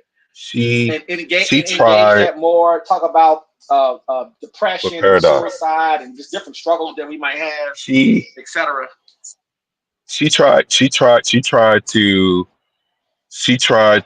make, and people need to excuse me for the language I'm about to use, but I'm gonna be brutally honest on how this country looks at race, right? You try to treat race like it's some kind of whore when it's the wife of this country. You got to go missionary. You got to go face up style. You got to look it in its face. You have to. And either you're going to screw it or it's going to screw you. The best people, black people, people that are forced into the classification. And if you don't believe that that's what this is, there's no two better examples of forced classification than Kamala Harris and Barack Obama. Hence the reason why there's so much anger concerning them. The people that both support, lukewarm, and are against them. So let's get to the point that I think that I don't want to be missed about what you said, because you said something very, very heavy, bro. Is that the four of them, if they really wanted to deal with this, they could deal with it in a sense, but they got to give up their liberal left, the white liberal left. They got to give up some of those people and deal with them in a more kind of, we're on the same team, but we're not really on the same team kind of deal, but we're black first over here. We're going to deal with our people within the context of American government as much as we can do. So we're going to push the boundaries, which is going to make you uncomfortable. You should not be comfortable around me. It should be like on some James Baldwin shit. Like, I'm gay, you see me, but you know that I don't really fuck with you. Like, I don't really fuck with y'all like that. You know what I'm saying? I really don't. I know who I am. I know I'm a black man. You know how James Baldwin, when he was around a lot of white people. Yep. But there was an uneasiness there though. There was uneasiness there. It wasn't like we cool. No. We're not friends. You know what I'm saying? If I wasn't popular, if I wasn't a radio disc jockey, if I wasn't somebody that was the first, like you say, the exceptional one, if I wasn't one of these exceptional ones, then you wouldn't know me. You wouldn't know me from anybody that you see walking up and down the street as another black person or classified as a black person. So let's get that out the way. So that's how I need to look at this. Now, when you said that they need to be able to treat black men with respect, that's the biggest thing, right? And that needs to be said on a large platform from somebody that's not trying to delve in anger and trying to look for some kind of political point. This got nothing to do with parties, by the way. This is just our demographic, in particular, black men, right? Like the group that we're encasing for this particular situation, because the pain point of her racial animus, even though she has it with black women too, that there's other things that's involved in that, but there's a very particular relationship that has happened within this election cycle pertaining to black men and black people all together, and then with Trump and all the confusion that has caused and stuff like that, or non-confusion, whatever the case may be. But back to what you said, I think that is one of the main key components that was missing. Dude, just talk to us regular, yo, like with respect. Don't do all of this other stuff. It's not necessary. You know what I'm saying? Some of the stuff is not necessary. Like, you need to just, let's talk to the black man now. Like, no, that's we don't need that. Like, you know what I'm saying? And that's what it's going to look like now, because now they have forced her hand. You see what I'm saying? Her hand has been forced. And see, you talked about it, even we're talking about like a month ago. Why can't he just sit down? Like, you don't have to be, you went all on the smoke, but you just got to keep that coming. That is your pain point. So what? They feel awkward around you. You feel comfortable. Talk to them like regular. Just do what you got to do. You see what I'm saying? Like, let it get uneasy, because race is supposed to make you feel uncomfortable, but nobody should be more uncomfortable than white people when it comes down to race. What the fuck? And they get to chill and we get to feel uncomfortable? Nah, hell no, nah, that can't stand, bro. That shit can't stand. I don't give a fuck where you at. I don't care where you. I mean, you gotta feel uneasy when I'm around, bro. Fuck that. That's when I know, like, yeah, like I know that my blood is still intact. Like, like when I get around white people, I know white people feel uneasy around me. I know it. You feel what I'm saying? They know it. I know it. Even if we exchanging smiles. Hey, how you doing? How you doing, DC? Oh, yeah, okay. Yeah.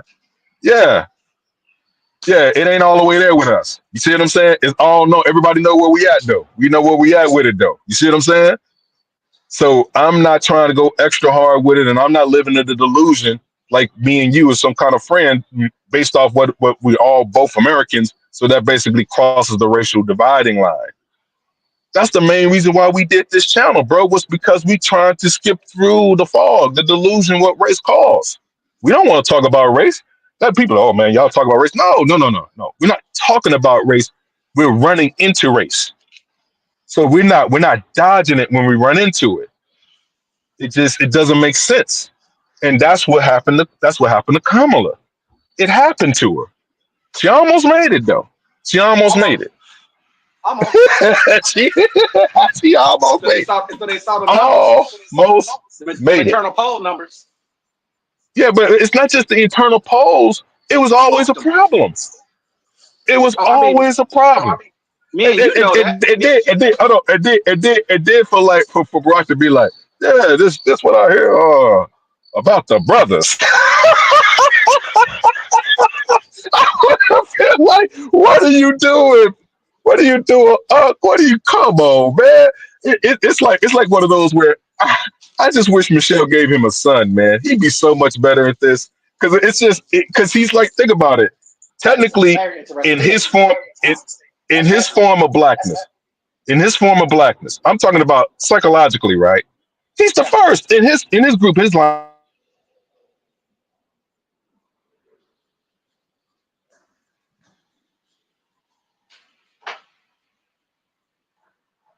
You drop off. Your line went out on me. If you're talking, we can't hear you.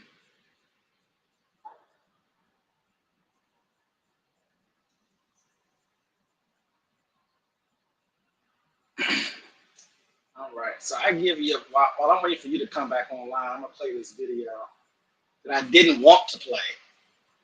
That is not really a part of this, but at the same time, it's close enough. I want to get it in anyway.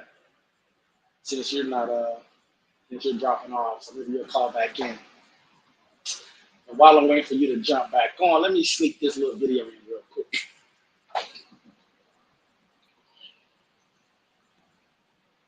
Acclaimed New York Times best-selling author Ta-Nehisi Coates.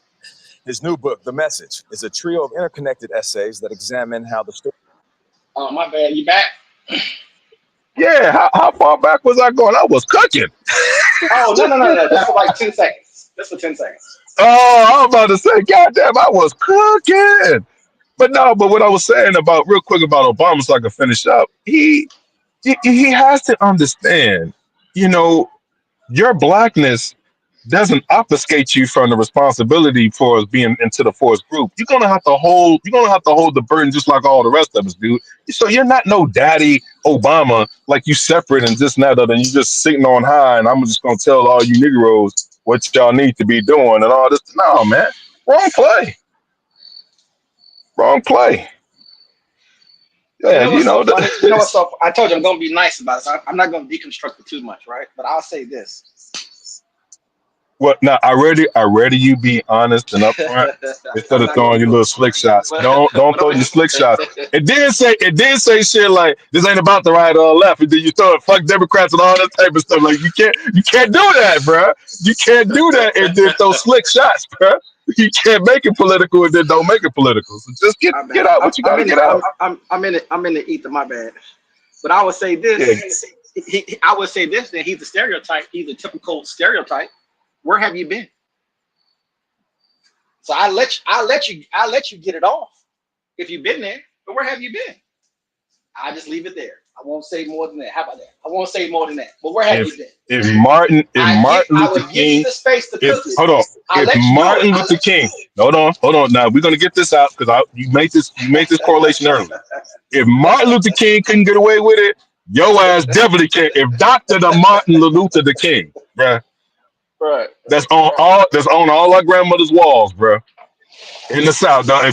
If he can't get away with this type of shit, bro, you know, no, bro, no, Barack. And like I told you, see, No, I don't. that's a And negative, again, bro. I'm gonna tell you, I don't. Like, the reason I said I don't want to be emotional about it because I don't want to. I don't want to over. I don't want to overdo it, right? Because it's bigger things to do here. It's about Kamala and Trump. It's about the election. It's about now, not the past. From just straight from a political perspective, right? I think I will give you this. I think if he truly respects black men and black boys and our 500-year history on this land and the dedication that we have given and the blood that we have spilled, I think that can he come out? Can he come out and apologize? Can we get that? Can we get a, hey, I know what I said, and I might stand by it, but I could have approached it better. Is it? Can I get some human out of him?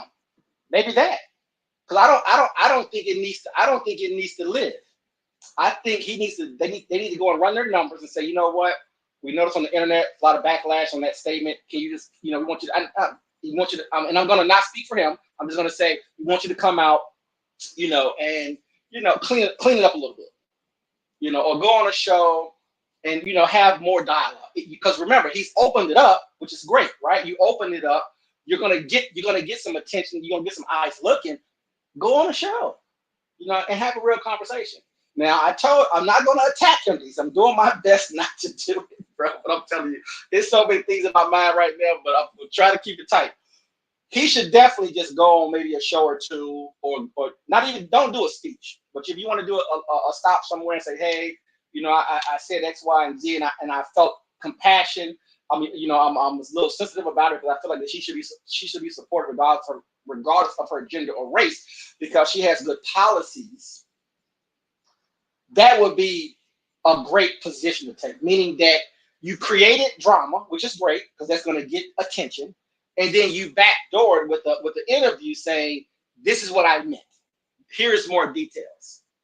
And I'm gonna stop talking. Like I told you, I'm gonna try to leave it alone. But the level of anger that I have is off the charts. Just to put that out there, though. The level of anger I have is extreme, by the way. But I'm just gonna say that, DC. Just gonna say that. Because I think that this is a great opportunity for him and Kamala. They should maybe even do something together to really come in force. And like I said, I would love to see Michelle try to do something. He can bring out whoever he wants. I don't care who you bring out, Eric Holt. I don't know, whoever you want to bring out. And just have a conversation about it. I think it'd be a great chance to motivate black men specifically, and men maybe as a whole, to support, to vote, to say, you know what, you said what you said, but I'm listening now. Let me hear what you got to say. Because if you look at it from even a parent perspective or a father's perspective, your father may come in, you did something or whatever. He may say something crazy to you, of course, right? Or you may even get a whooping, whatever it is, right? And he'll come back to you and say, look, I know what I did, whatever, but I love you. This is what I mean. This is what I meant. I think we're this. I think we're that. And I'm just gonna say that. But man, boy, DC, man. It's a lot, man. Hey, go ahead and play the clip. Go ahead and play the clip. Well, I was just trying to sneak this. This doesn't have anything to really do with the election, but I was just trying to sneak it in because your call dropped off. But if you have the tolerance for 3 or 4 minutes of this, I only want to play the important part, right? And it technically does tie. I'm gonna try to force it back to Obama, but this is an example of what me and you talk about all the time, right? When it comes to how this place is structured, right? That's a funny comment. But I'm gonna play this clip real quick and get your thoughts on. We can try to tie it back. Stories we tell or avoid telling can shape and even distort our reality. In the book, Coates reflects on his emotional first trip to Africa to visit Dakar, Senegal. Then he takes readers to Columbia, South Carolina, where he reports on the attempted banning of one of his books on race. And finally, Coates travels to the Middle East to witness the Israeli-Palestinian conflict firsthand. Ta-Nehisi, Coates, good morning. How you doing? Thanks for having me. Good morning, guys. Yeah, thank you for joining us. You say that this book is written specifically for writers, stating that the task for young writers should be nothing less than changing the world. Why do you feel like writers should bear that responsibility? Saving the world, saving the world. Just to be really specific, writing is how we interpret so much of everything that is around us. The Message is a political book. It argues that much of our politics actually happens before we walk into a voting booth, that our choices around us, that who we believe is human, who we don't believe is human, what policies we believe should be in the world, which policies we don't, are actually shaped largely by writing and the stories we tell.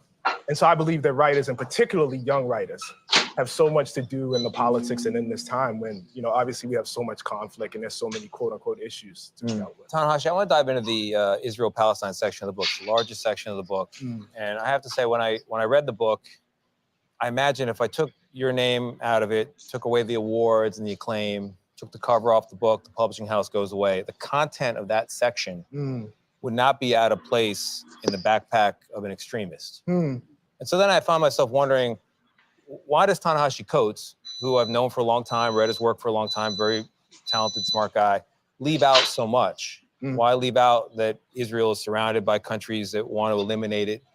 Why leave out that Israel deals with terror groups that want to eliminate it? Why not detail anything of the first? Pause it real quick. Pause it. Pause it. Pause it. Pause it. Pause it. Bombings, the little kids. Pause it. Pause it. Pause it. Let the man, Now, I want black people to understand this is them delineating the two. He's making a choice. My people before you. My people before any of this. Like before all this stuff happens, before any of this, I'm siding with my group. Period. Period. Bottom line. He said it, even though the person I read, he's separating him from him. You know, we're not that cool. You know, regardless of how I know you, we be at parties or whatnot, this and that other discussing things, and I'm your liberal friend and all that type of shit. Yeah, we're not that cool, bro. Not like that. And you talking crazy. You're talking crazy. What you talking about? After all the blood we didn't spill globally for you to just exist and write books about your oppression, and we pay you for it?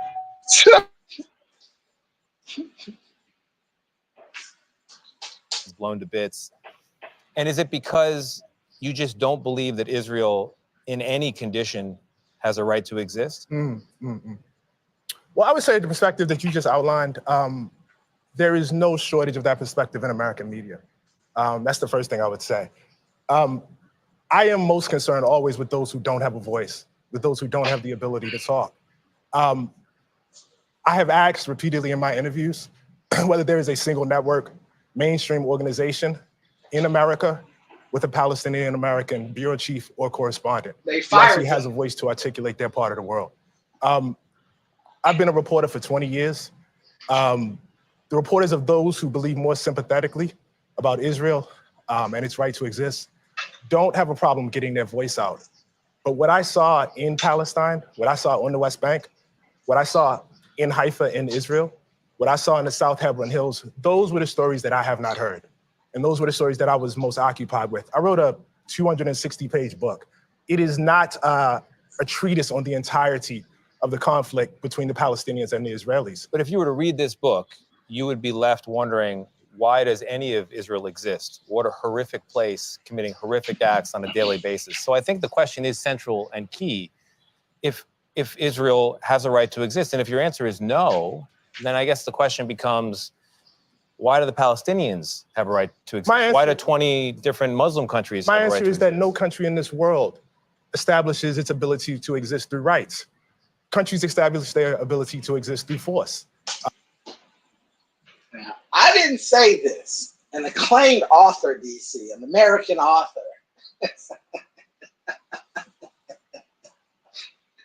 This is why this is my guy, man. This is my guy. As liberal as he is. But this is your kind of people, though, right, DC? Pacifists, basically. As America did. And so I think this question of right to Israel does exist. It's a fact. The question of its right is not a question that I would be faced with any other country. But you write a book that delegitimizes the pillars of Israel. It seems like an effort to topple the whole building of it. So I come back to the question, and it's what I struggle with throughout this book. What is it that so particularly offends you about the existence of a Jewish state that is a Jewish safe place and not any of the other states out there? There's nothing that offends me about a Jewish state. I am offended by the idea of states built on ethnocracy, no matter where they are. Muslim included. I would not want a state where any group of people lay down their citizenship rights based on ethnicity. The country of Israel is a state in which half the population exists on one tier of citizenship, and everybody else that's ruled by Israelis exists on another tier, including Palestinian Israeli citizens. The only people that exist on that first tier are Israeli Jews. Why do we support that? Why is that okay? I'm the child of Jim Crow. I'm the child of people that were born into a country where that was exactly the case, of American apartheid. I walk over there and I walk through the occupied territories and I walk down the street in Hebron. And a guy says to me, I can't walk down the street unless I profess my religion. I'm with another pastor. No. I want to. This is very, very important. It is important. It is extremely important. Yeah, lay it down. I'm working with the person that is guiding me is a Palestinian whose father, whose grandfather and grandmother was born in this town. And I have more freedom to walk than he does. He can't ride on certain roads. He can't get water in the same way that Israeli citizens who live less than a mile away from him can. And why is that okay? Why is that? Why is there no agency in this book for the Palestinians? They exist in your narrative merely as victims of the Israelis, as though they were not offered peace at any juncture, as though they don't have a stake in this as well. What is their role in the lack of a Palestinian? I have a very, very, very, very moral compass about this. And again, perhaps it's because of my ancestry. Either apartheid is right or it's wrong. It's really, really simple. Either what I saw was right or it's wrong. I am, for instance, against the death penalty. What the person did to get the death penalty, it really doesn't matter to me. I don't care if they were selling a nickel bag of marijuana or if they were a serial killer. I am against the death penalty. I am against a state that discriminates against people on the basis of ethnicity. I'm against that. There is nothing the Palestinians could do that would make that okay for me. My book is not based on the hyper-morality What's the last of the message you Palestinian want people. In lessons, because many people feel it's complicated. You say it's not complicated. Less than 20 seconds. What's your message? Less than 20 seconds. I want people to read the book. Well, And I don't make the assumption that somebody would just read the book and have read nothing else about Israel and Palestine. You're still invited to High Holidays. I'll see you at the show. Donna Hussey, I mean so it, much. Mike. That'll do it for us. Thank you. Out of time. The message. Dee, I just want to slip it in there real quick. I know we're talking about politics and politics, but I couldn't help myself. I want to sort of wedge it in there a little bit. It's been kind of a hot trending topic in certain spaces in media. And we obviously support the war and we support Israel, etc. So, and the war is getting a lot hotter, and it's all obviously it is tied to Kamala and Biden making certain decisions, supporting who they're supporting, providing intelligence, etc. And we're moving and trying to protect the place that we believe that's very important to us, of course. So, very, very sensitive, very brave to put his career on the line. Obviously, you can have your thoughts of him depending on what side of the aisle you're on, politically speaking, but very, very. And the guy, the Jewish guy there, the white guy there, I think he did get in trouble with CBS. I don't know if they talked to him or something they were saying.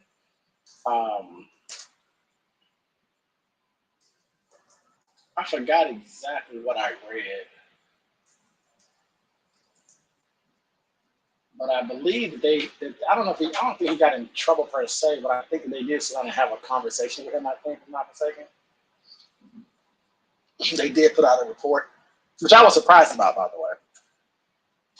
And I don't know if it's how he handled himself in the interview. I figured it was career suicide, but he's brave. I won't lie.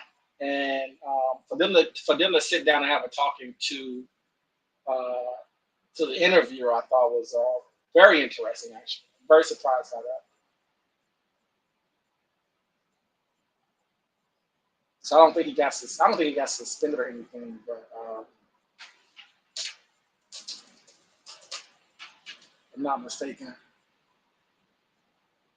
I was trying to find it online to see.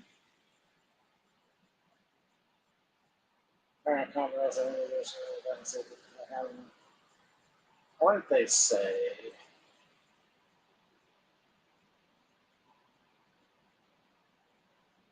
that they said they made a bad mistake. And the star opposition, as someone said, I think Tony did a great job at the interview with that interview. Oh, that's what I heard. I just remember what it was to read. I don't see it on here though, but I think they had a sit down with a DEI expert or something for whatever reason, I don't know, to have a conversation with him. I think Gail and the other, but I think the other guy, he played football, right? I think she was getting some heat online. So Ta-Nehisi, came out and spoke for her and him just about, them getting, I guess, some online heat, but not coming to his defense. But a very interesting dynamic, I thought. Touching Israel is going to be a lightning rod because Jews have a tremendous amount of power in this country. You have to be extremely careful putting their name in your mouth. At the end of the day. But anyway, DC, you still there? What's up? Where you at?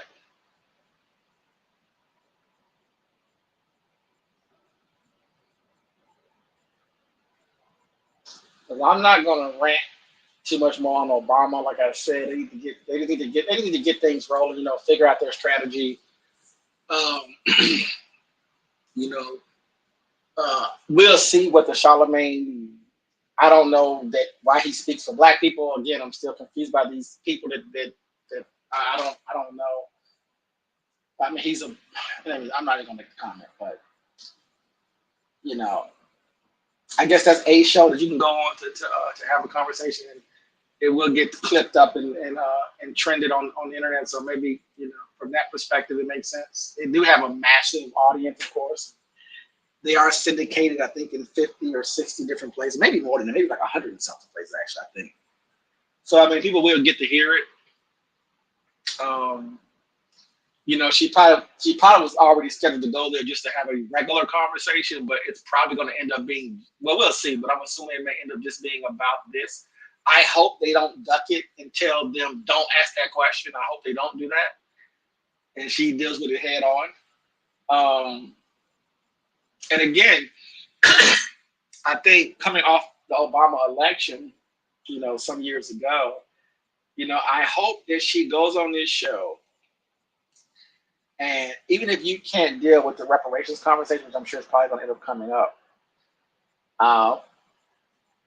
maybe have a few specifics for Black people and Black men specifically, or Black boys, and Black boys and Black girls as a whole, but focus on discussing what can be done, or what are you going to implement for them. And if you already had, I went through everything. I can't remember if she had anything specific, but whatever it was, I can't remember right now. I think she had something on her website. I just can't remember right now. But anyway, bring all that stuff back up, or if you have anything new to drop, have some things that you can discuss and be very personal, I think, about it. Things that you see in our community specifically in certain environments that you can target, that you can even micro target for them. You can work with states, you can work with cities, and can figure out ways to create opportunity if you want to do opportunity, or to offer some benefits through the federal government, or whatever you got to do, or some improvements in education or schools or whatever you want to do. But have something that's very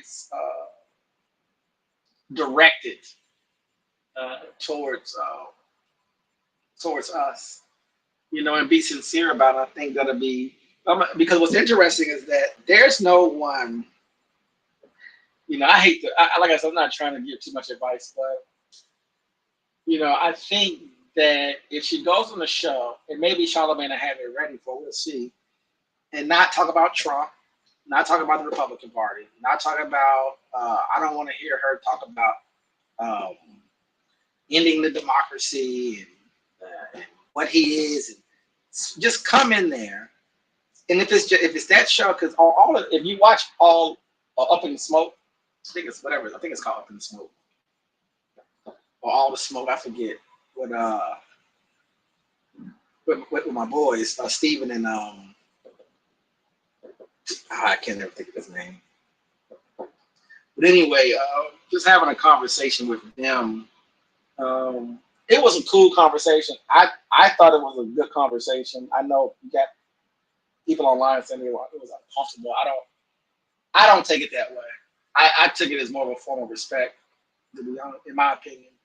But you don't have to necessarily ask tough questions. But what they were asking her from the show's context it is what it is, right? But this is real life. She's going to have real power, and could I critique them and say, was it an opportunity? Was it a great opportunity to have something prepared? If you got to call somebody that does this for a living, that does politics for a living, or activists or whatever, or business people, that you would have some extremely strong questions to get a very specific answer on. Me personally speaking, I don't need to know you. You're going to have power. You're going to be in this particular position. My people, or me, my family, my neighborhood, my state, wherever I live at, or the whole country of us, of our group. These are three things that will make some progress, that will move the needle somewhere. Find those three things or those two things that is reasonable, that can be implemented with a mixed Congress, and or not, either way. We'll see how that's going to play out as well. But and then at that point, obviously, hold them to the fire. That's, to me, is the approach, because I don't know. I'm not mistaken, I've been watching a lot of stuff and reading a lot of articles. I don't think I've seen any. I don't think anybody black or black group specifically has said, we want X, Y, and Z. Of course, they're doing the basic stuff for HBCUs or for whatever, right? Things that are going to impact everybody, childcare or money for certain things. And I have a funny feeling, and I hope it doesn't happen, is that she's going to give her political talking point stuff. And I think if I can remember, I watched so much, I can't remember. I think she may have gave some of those talking points to All in the Smoke or whatever. I think she did, but they was talking about other things. But what would be the biggest impact to the group? Find out what that is, whoever they are out there, and ask that question. Those 2 or 3 questions. Can you do this? Can you do this? Can you do this? 3 things. And then see what the response is, and see if that's enough to vote, for that particular person. Forget all of the niceties and, is she comfortable? Forget all that stuff. You have an opportunity to ask 3 questions. You can talk about other things around that, but to really say, can you do this? Can you do this? Can you do this? What are your long-term plans over the next 4 years to make sure that these things are available? Because doing things for every and all in this particular country, we have noticed that we will get some of that, but you're competing with a lot of other people at the end of the day, right? And so if they approached it that way, I think that she would get more energy that she's looking for. If she just dropped the bomb, I think she said, what did she say a few days ago? She was going to introduce, oh man, I cannot remember. It was something big though. It wasn't Medicare. It wasn't housing. It was something good. I didn't like it. It was something good that she said. It wasn't the loans. It wasn't the guarantees. It wasn't the not guarantees, but the grants and stuff for housing or whatever. It was something else that she said that I thought was a good thing. But it would be very smart of them, or strategic of them, to maybe even her just to introduce something and say, hey, we look at some things and we're going to work with the states, especially states that are have high numbers and introduce some bills that's gonna target your communities. So, oh man, it was something that she said. But anyway,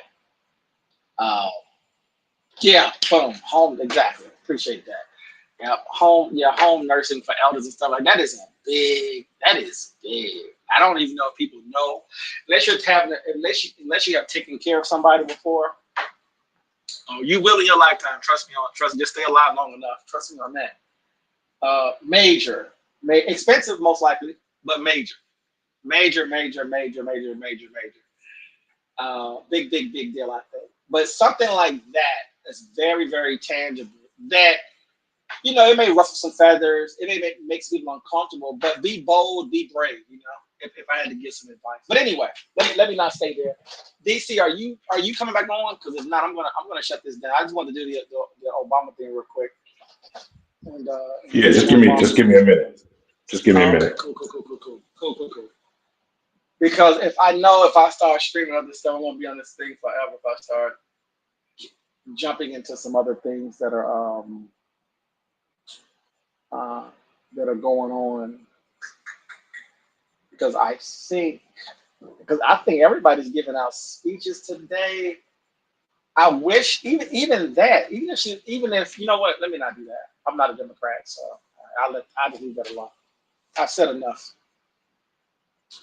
But let me see.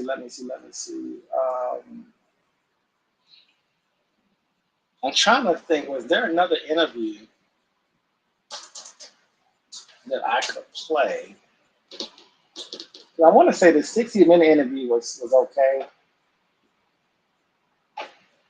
But that was an interview, man. It was asking JD, this lady was asking JD Vance, would you accept the 2020 election? She asked him like 5 times.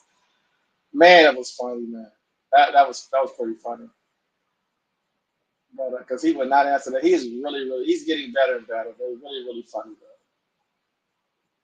though. Yeah, I don't want to see her drinking a beer with Colbert. I thought that was pretty funny. Didn't bother me. Some folks tried to criticize it on the right, but I thought it was fine. She don't have a lot of time. So, I mean, you got to do what you got to do, man. 20 some days, only had maybe, 90 days total, whatever it is, something like that. So, I mean, it would be one of the greatest elections in history if she was able to pull this off. I'm not feeling it. I was feeling it for a while, but I just don't know where the country is yet. It is so tight of a race. And I truly don't believe, people have to just go with you, man. At the end of the day, you can do your best. I think she's doing that. And people just have to do their job and vote at the end of the day, man.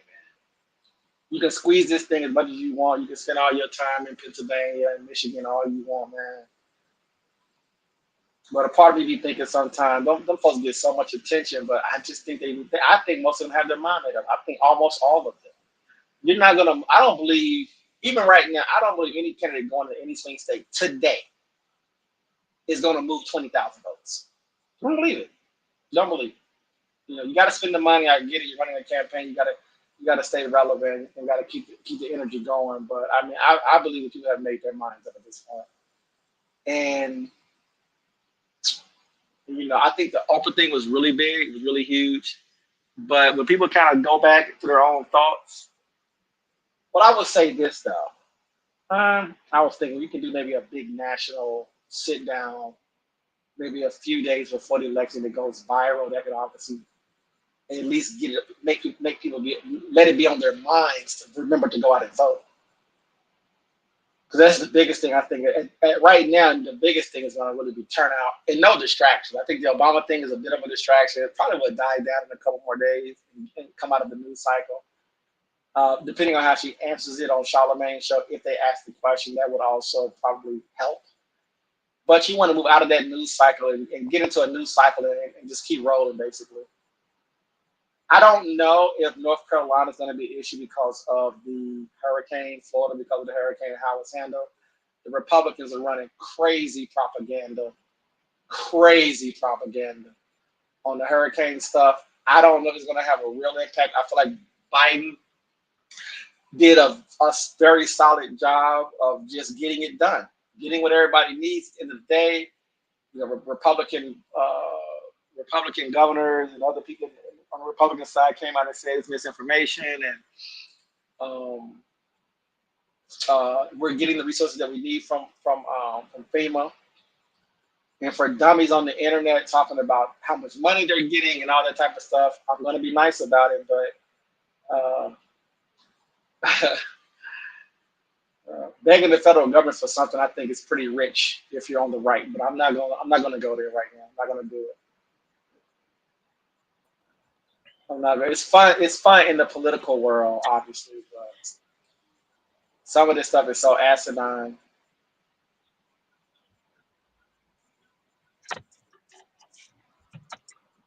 Can you hear me? Yep. Yeah. So, back to what you were saying about um the strategy that they're going to try to use with Kamala this upcoming week. She just need to just be regular, bro. Just be who you are. I don't really care about the political side of it because this is what I'm saying. Like politics is not just about policies all the time. It's about how you relate to people. Most of the time, that's mostly what it is. How people view you, how people see you. Do they like you even? And I think I think this is what's going to end up happening with Kamala. She's going to lose. She's going to lose a significant amount of the black male vote. I think she's flirting with the 70 percentile. I'd be shocked if it's 80, then these dudes are capping for real. Like there is a problem. If it's like around 80%, it's a problem about the complaints. Like if you're gonna complain that hard, then just either sit at home, don't vote for it. You can do what you want to do, but I look at it as the lesson that you're trying to convey over to whatever the Democrats or whatever you want to call it, or not taking your vote for granted, and you really feel that much anger towards Kamala and everything that will make you kind of obfuscate and vote for somebody that's whatever. But that's neither here nor there. If that gives you that much energy to do that, then just do that. That's I'm with that because that seems to be something that's driving. I'm with black men just voting. Period. I don't care where you vote. To be honest with you, the only thing that I have an issue with is when it comes down to the double sidedness of the vote, where we're talking about certain things like what people need to do, but then they don't ever look at the other side and what they do. That's it. There's just too much of that. When it gets swayed, too much of that back and forth. Um, I could do without. You know what I'm saying? Like I understand when people are trying to be political and people are trying to lean a certain way, trying to get this done, not get that done, trying to sway this particular party, not sway that particular party of people. But that's politics, man. It's going to make a lot of people upset. It's going to, regardless, this election cycle is going to make a lot of people upset. People don't know what country they live in until this vote is over with. Then you'll have a better idea what kind of country you live in. And then you have to move accordingly. I think that's a good thing because it's going to give a lot of people clarity. Because a lot of people are capping. A lot of people are capping, bro. Well, I think it's gonna show the Democratic Party are fucking liars. I think it's gonna do that, sure. They spend a lot of money and time and attention trying to say that this country's gonna be destroyed, which is ridiculous. Instead of getting to the policy and making sure that your constituents are gonna get what they need and focus more on that, and less on all the and less on the ridiculous rhetoric that they've been spending too much energy focused on, and then it's not even working. So do we call the lies from the right propaganda, or do we call that lies too? What do you mean? Like, of course, Democrats lie. Democrats are basically part of the political machine. They're trying to get to 270. They don't have any kind of honesty chip in them. But I mean, it's not as far as the equivalency of who's lying or who's not lying or who's lying the most. I would say that's going to lean towards the person that's at the top of the ticket that considered himself a Republican. I mean, just starting with that, that would be Trump. But it's not Oh about no the no no! person. I'm talking about moving. I'm talking about strategy, right? And using the Okay. way they're using it. The way they're using, I just think it's a better way of doing it. That's all I'm saying. You know, Gotcha. that's all I'm I got saying. you. I think it's a better way, but they're having a hard time. I think, like you said, what's funny about the Republican Party basically doesn't exist. It's basically the MAGA Party, right? And so they learned the hard way. And I think the Yeah. Democrats, if Trump wins, I think the Democrats are gonna have to learn the hard way as well about where Yeah. this country really is. And these Yeah. elite Democratic people who have been enjoying sucking the titty of this country are going to learn the same way that the Republicans learn if they're not very careful with how they deal with the constituencies. I agree. I agree Pretending that 1000%. this country is not having some issues with its citizens is insane. That's all I'm saying. And Absolutely. Yeah. MAGA is the expression of that. You can demonize the people all you want, call them racist, and whatever you want to do, Russian sympathizers, whatever you want to do, whatever. But just take a step back and look at the country. Look at the system that's set up state to state, and you know why. And you know what's so funny? I'm not talking about regular people. I'm just talking about the damn elite who run all this stuff, run these campaigns, who run the propaganda machine. Very rich, very successful people. They're acting like they don't know what it is. It doesn't make any sense. That's all I'm saying. And really, Barack saying You're talking about you're talking about that. Yeah. You're talking about that. The regular That voters who are Democrats. I'm not talking about that. I'm talking about the actual system here, right? And how yeah. The way they're approaching this election is saying a lot to me about how they're seeing their careers, their success, the political positions they have, the access that they have relative to the rest of the nation and where it's actually at. Mm-hmm. And giving them things is great. I'm not denying that, but it's just the rhetoric of how they're doing. I'm just like, yeah. I mean, they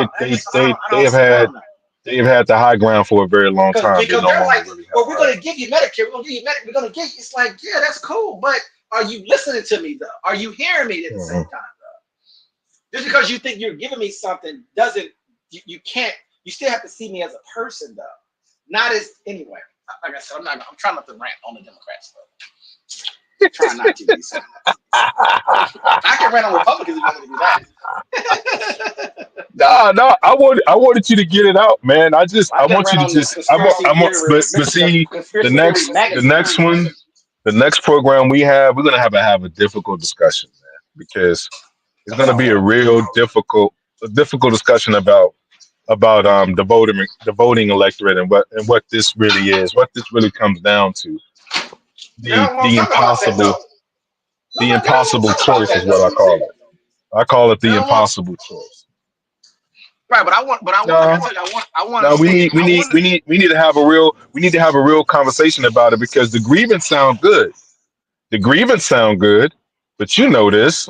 Things need to still get done, even within the grievance. Still does, and it still gets done. It still gets done. Well, you have to run the empire, but you also got to take care of your people to some degree, or at least the perception. Exactly. Now, I would argue what you're talking about. You're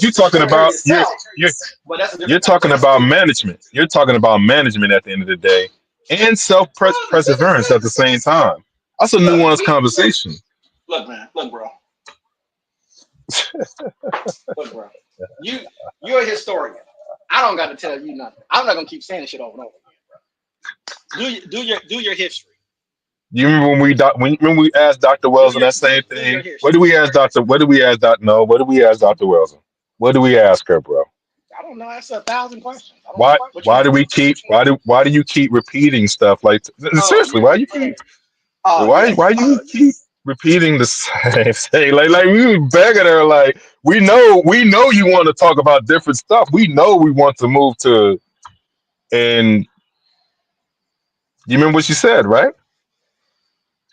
Yeah. She said, listen, until the audience is ready, then I will move forward to a different discussion.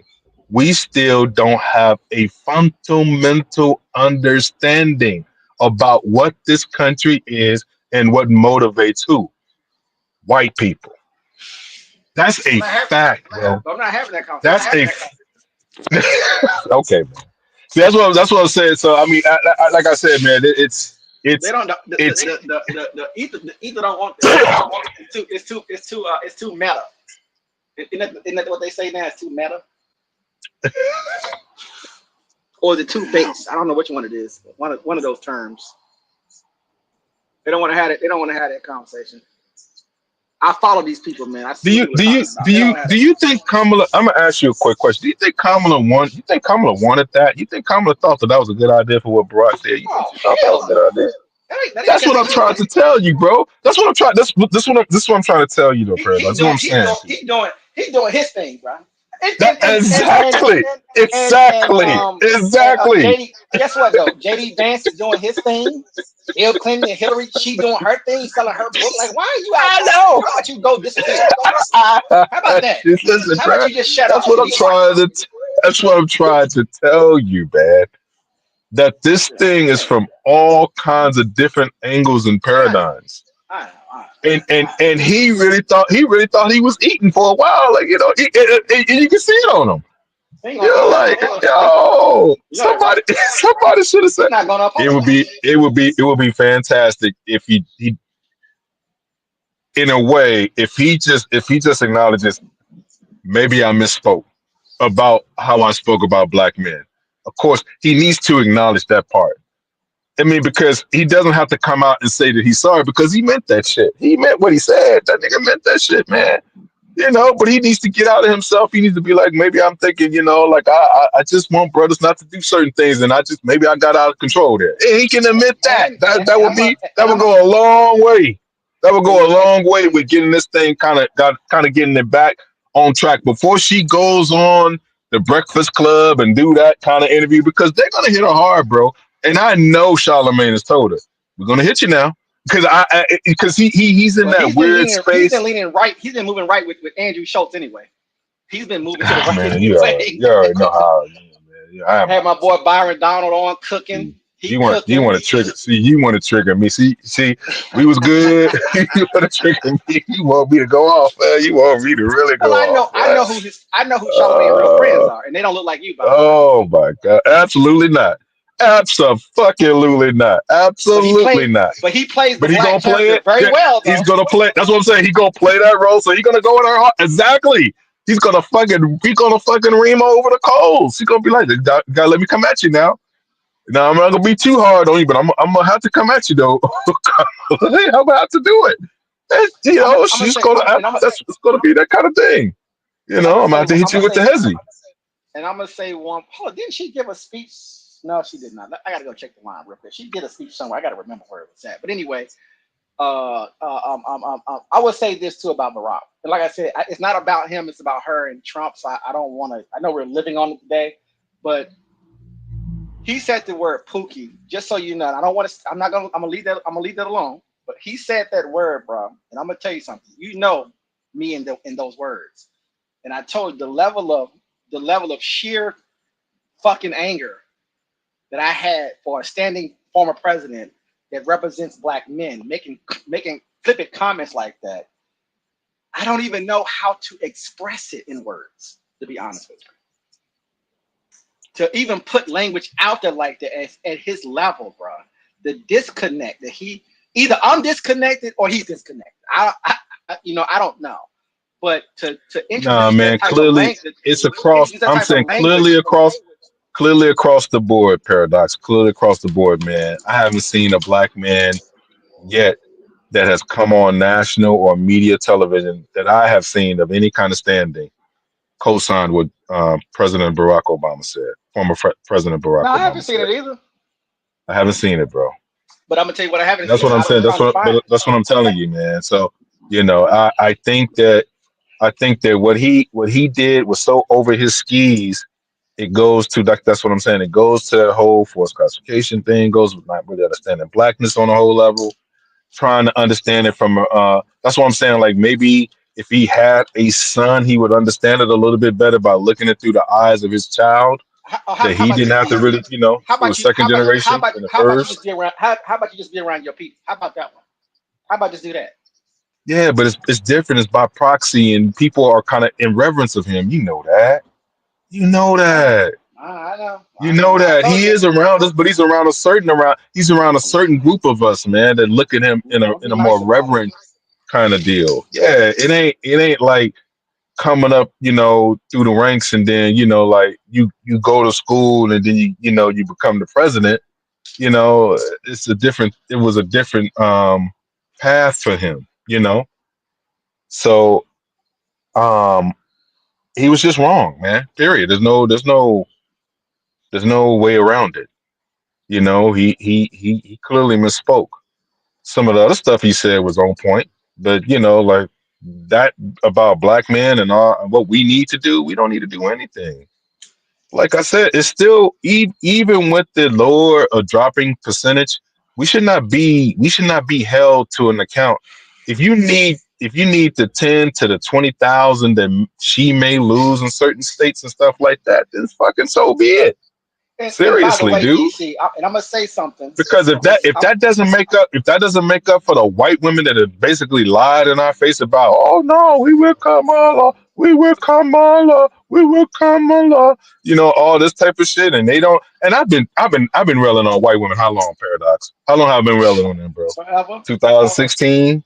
I always called them the apex predator, dude. You ain't never seen me obfuscate white women for nobody. They are one of the main reasons why this shit gets run. The main reasons, boy. On both sides. On both fucking sides, by the way. The delusion. Because people hide in white women's lives, man. Easy. Because people believe everything that they say and think that it's so sincere. White women are the most insincere people that you're going to find, dude. You don't know what she fucking thinking? And she will probably want to cut your fucking throat and bake you a pie at the same time. You got to watch yourself around there, man. You got to watch it, bro. Be on guard. And they ran a poll on women. Be on guard. They ran a poll on women, and they found that Hispanic women are the most misogynistic. I guess you could frame it that way. They're the highest voting bloc for men because they believe that men should be in charge. So how about you go talk to that group and chastise them? How about you go do that and tell them that it's okay for a woman to be in charge? Because black men voting at you at an 80% clip or even a 70% clip is massive. That's what I'm saying. Especially with the grievances that we have with government where we don't get help on both ends, man. That the thing should be thank you. Thank you for what you have done. You would think so. He could say that. He would focus on the positives. He's not thankful. It's just like for what we have already done. You're not thankful for what we've already done. Like we voted for Stacey Abrams, 87%. We voted voted for Kamala and Biden, 91 to 92%. I mean, come on, man, get out of here, bro. Get out of here, man. No former and like you president. said, DC, and you're doing it based off of polling. Are you even talking to anybody really? Yeah, but I get it, man. But these are the internal polls that are kind of looking a certain way. But that's what I'm saying. They're not getting the invisible vote. You know what I think is the invisible vote. No, that's fine. They're panicking because they're losing the base. Yeah. But they're gaining other things too. See, that's what they're missing. Because there is another side to this. It ain't just her. See, black people were so focused on Kamala that you don't see the problematic candidate that's on the other side. And best believe he is problematic. He's problematic too. It's not an and, it's two. It is actually two. Well, then half the country's problematic. What you're trying to say? That's who he represents. He represents a cohort of the American electorate that needs to have the ability to move on to the next level of racism. That's the discussion I want to have because that's where we at now. You understand what I'm saying to you, Paradox? Because that's the truth, bro. And they don't want to do it. They want old-fashioned shit. They want separation across the tracks, and you be over here, I'll be in my way. No. You're gonna have to swallow hard. You're gonna have to swallow hard, just like you swallowed your gay nephew, your gay daughter-in-law, whatever the case, whatever the fuck. They living their lives in the country doing weird shit out there. You're gonna have to swallow all this other stuff too. You're gonna have to make room for it, and you can still keep your so-called basic conservative views and beliefs, but it's just going to be in a different way. It's just going to modernize. It's just going to change. That's it. That's it. Yes, I think it's been. I mean, like you say, you can't really stop it. It's been changing, and that's a lot of. And But that's what I'm saying. This is the forced change. That's what I'm saying. Like the abortion, all the stuff, all the stuff that's just going to become hard. Because they're going to suffer from it. Sure. Yeah, they're banning books. They're trying to put the Ten Commandments back in school. Right. It's the last vestiges. It's the last vestiges of the so-called traditional "My Three Sons" and and all that type of shit. Yeah, that's no longer the world. Forget the country, the world itself. You know what I mean? Any industrialized country that don't exist on that kind of level anymore. Not like that. It's very sophisticated, very very complex. People have different and multiple kinds of relationships now. Very different. Well, not only that. For America to be America and to maintain itself, it has to do what it has to do, and the citizens have to be able to tolerate it. And you're seeing a reaction to that, even though you could say it's somewhat manufactured, obviously, because it's politics. But I still think the frustration is there. How you deal with it, of course, is what we're really talking about, right? How do you deal with those? Do you activate them in a very dangerous, negative way, or do you find real solutions? And people want to get that anger out, especially if you're turning it up. And Trump is turning it up. And Tim and Kamala have to find strategies to absorb that, to deal with that, to offer alternatives. And I think talking about the country is going to be destroyed is just too hyperbolic. I think it needs to be a little bit more sensitive. That was my whole point from the left's perspective. Is that fear mongering works obviously on the left and the right to a degree, but when you look at some of the small focus groups, and I've been following some of the people who do focus groups for a living, a lot of this stuff a lot of people don't care about. They do care more about issues that affect them directly, and they're not paying attention to a lot of the rhetoric, a lot of the noise. That's more of people who are into politics. And they want solutions that they think make sense to them and what they're going to get out of it, right? And if you're able to connect with those people, then you will get those votes. But you have to connect. Barack, to me, is one of the best at connecting. Yeah. But like you said, I never seen a man so hated and so beloved all at the same time. He's a weird. It's white people do not. I mean, I'm gonna tell you, bro. Like, it's a weird thing with him, man. Because white people like to use him, but he still gives them that ick or that uppity Negro kind of deal. It's a double-edged thing. You know that, right? Like, it's like a hate-love relationship. And then that, like we already talked about some people that's just never going to accept that, and they still. Well, I mean, this man. But paradox. This is what I'm trying to say, though. For this man to win the way he won 2 times in this country, polarized, and he polarized the country too, by the way. And these discussions were still kind of happening too. His blackness, this, and that, other. But the one thing that he was good at doing, the connection part, he knew how to talk through. He knew how to talk through race, boy. He knew how to do that shit. He was a good. He just did it in that speech he just gave. If he was running for president right now, Trump is cooked. In the same environment, paradox. In the same North Carolina, gone, Georgia gone. I was gonna say it's gone, gone. Yeah, special skills, very skilled. And that's why I told you. Because I don't hate him, of course, but that's why I told you that my expectations for him is on a level that we would have to have a different call for that. But my expectation for him is just on another type of level. And that's a totally completely different concept. I won't tie it into this conversation, but we can do something on him in the future, of course. But the responsibility is if you're accepting that responsibility, which you're claiming that you are, my expectations are extremely high. Yeah, we need to do a deep dive into the Obama effect.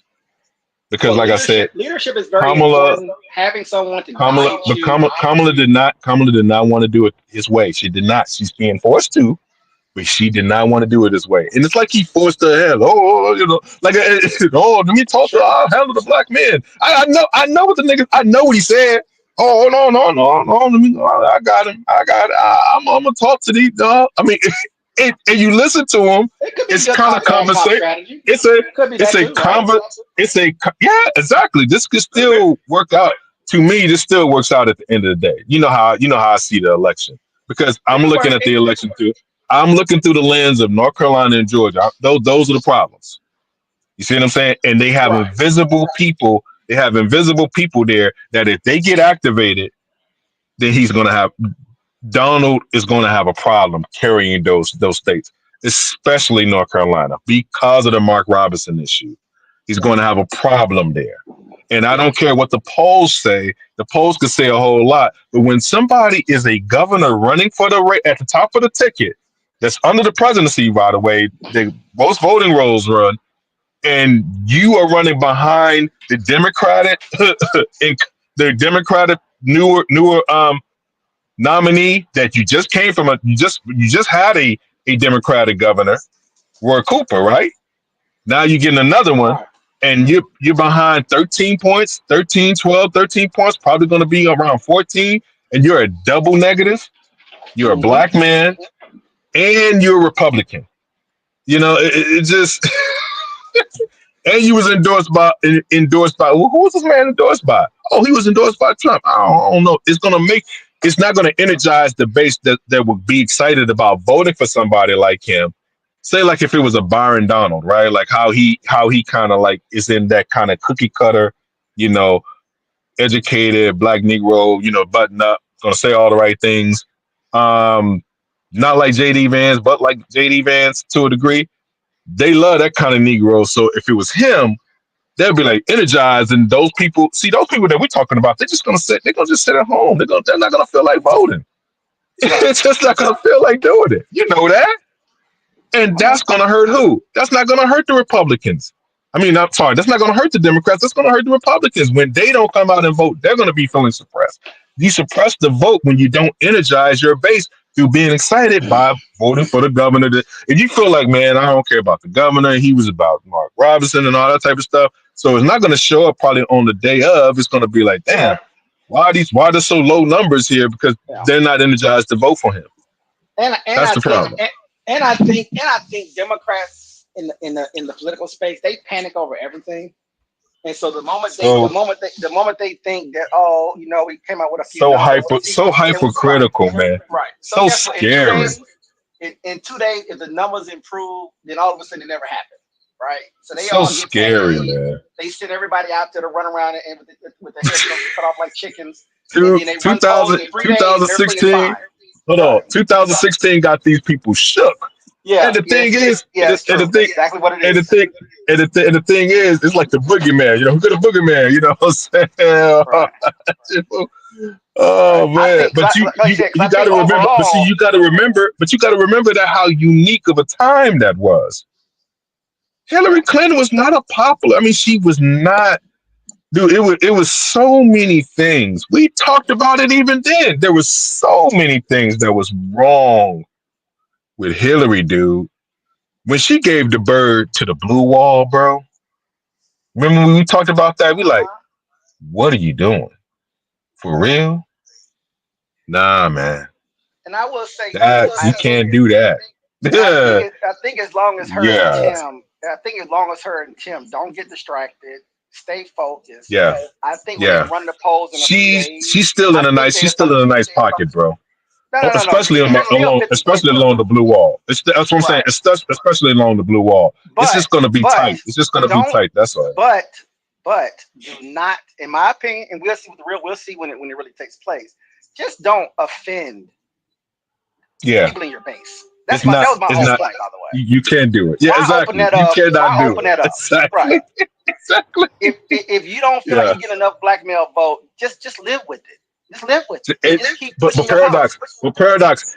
She was able to live with it. She hasn't been tripping about that. No, when people ask her tripping about it.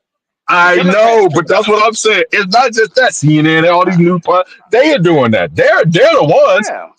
She said, I gotta earn their vote just like everybody else. That's a good thing to say. Shit, that's in the pocket. Okay. Right. Fuck it. Hillary She coming out didn't saying, even well, you know, she you didn't take even my make it a advice. big deal. No one's taking your advice, Hillary. Stop playing. Oh hell no. No. Stop trying to sell your book and go sit at home until after the Yeah. You out of here. I don't even want you to campaign. I ain't gonna even hold you. No campaign, especially don't take your ass to Michigan and none of that. No. We don't need that. When you didn't do that during your time, nah, man. Go to California. Don't. Don't hang out in California. Exactly. Go to a stronghold. Just go to a stronghold. Yeah, go to a stronghold. Just go to a stronghold. Yeah, and do it that way. That would be better. That would be better. Quick, I haven't seen this yet. This may be nothing. It might be something. But CNN goes to Wisconsin. I think they went today. Well, they released a video today. Let's see what's on here. It may not be any. It may not be nothing. But let's see if there's something here. This is interesting. We can get off after this if you want to. I just want to play this real quick. See what this is. If Kamala Harris is to win Wisconsin, the path starts right here. How you feel about Kamala Harris? Oh, Kamala Harris, I think she's great. She's great. How you feel about Trump? Not so great. A phone number to keep in touch. I appreciate you, man. Have a good day, blessed day. To make sure support translates into voting. She was pretty excited about Kamala. Monte Johnson now shares that excitement. When we met a year ago, he was undecided between Joe Biden and Donald Trump. At the time, I was like kind of iffy, feeling like everybody else, like undecided and not confused, but it's like, I don't know for sure going to vote for him. But now that Kamala got the ball and she rolling with it, I feel like, oh yeah. Johnson and his colleagues walk these streets year round, building trust for right now. The leaves are falling. Halloween is at hand. It's turnout time. I just want to remind you that early voting starts on October 22nd. My wife and I, we already absentee ballot. This look under the hood was positive. I just want your opinion. Trying to take us back to days that we don't want to be in.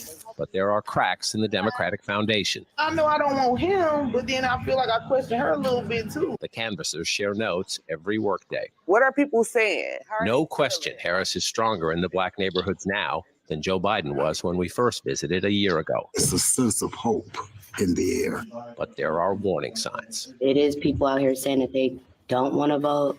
They still saying that. Often the conversation at those doors turns to higher rents and food prices. We got to pick and choose between what we can and what we can't buy. And ain't nobody talking about it, but y'all just vote, get out and vote when y'all want us to vote. Angela Lang is the boss here at Black Leaders Organizing for Communities. She knows the hard math of Hillary Clinton's narrow 2016 Wisconsin loss and what it took to deliver Joe Biden's narrow 2020 win.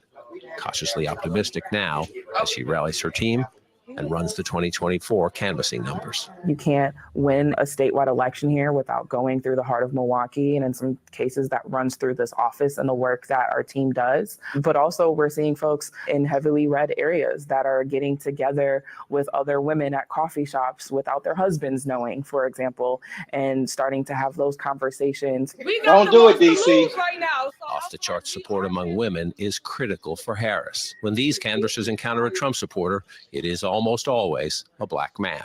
One of the things that we've heard is people are like, well, I think I had more money in my pocket when Trump was in office because of the stimulus checks during the pandemic. It's kind of hard to choose when that's all you got. Brian McMurtry was a lifelong Democrat, but he voted for Trump in 2020. Is undecided, but leaning Trump this year. Welcome to the team, brother. You know, gas, food prices, rent. It's hard. You try to, keep up and trying, stay away from the credit cards. So what you do today? McMurtry has 2 children, manages a McDonald's, disagrees with Trump on immigration and abortion, but likes his take on cryptocurrency and remembers being better off when Trump was president. I would have to say that the biggest difference is, I think, having the experience.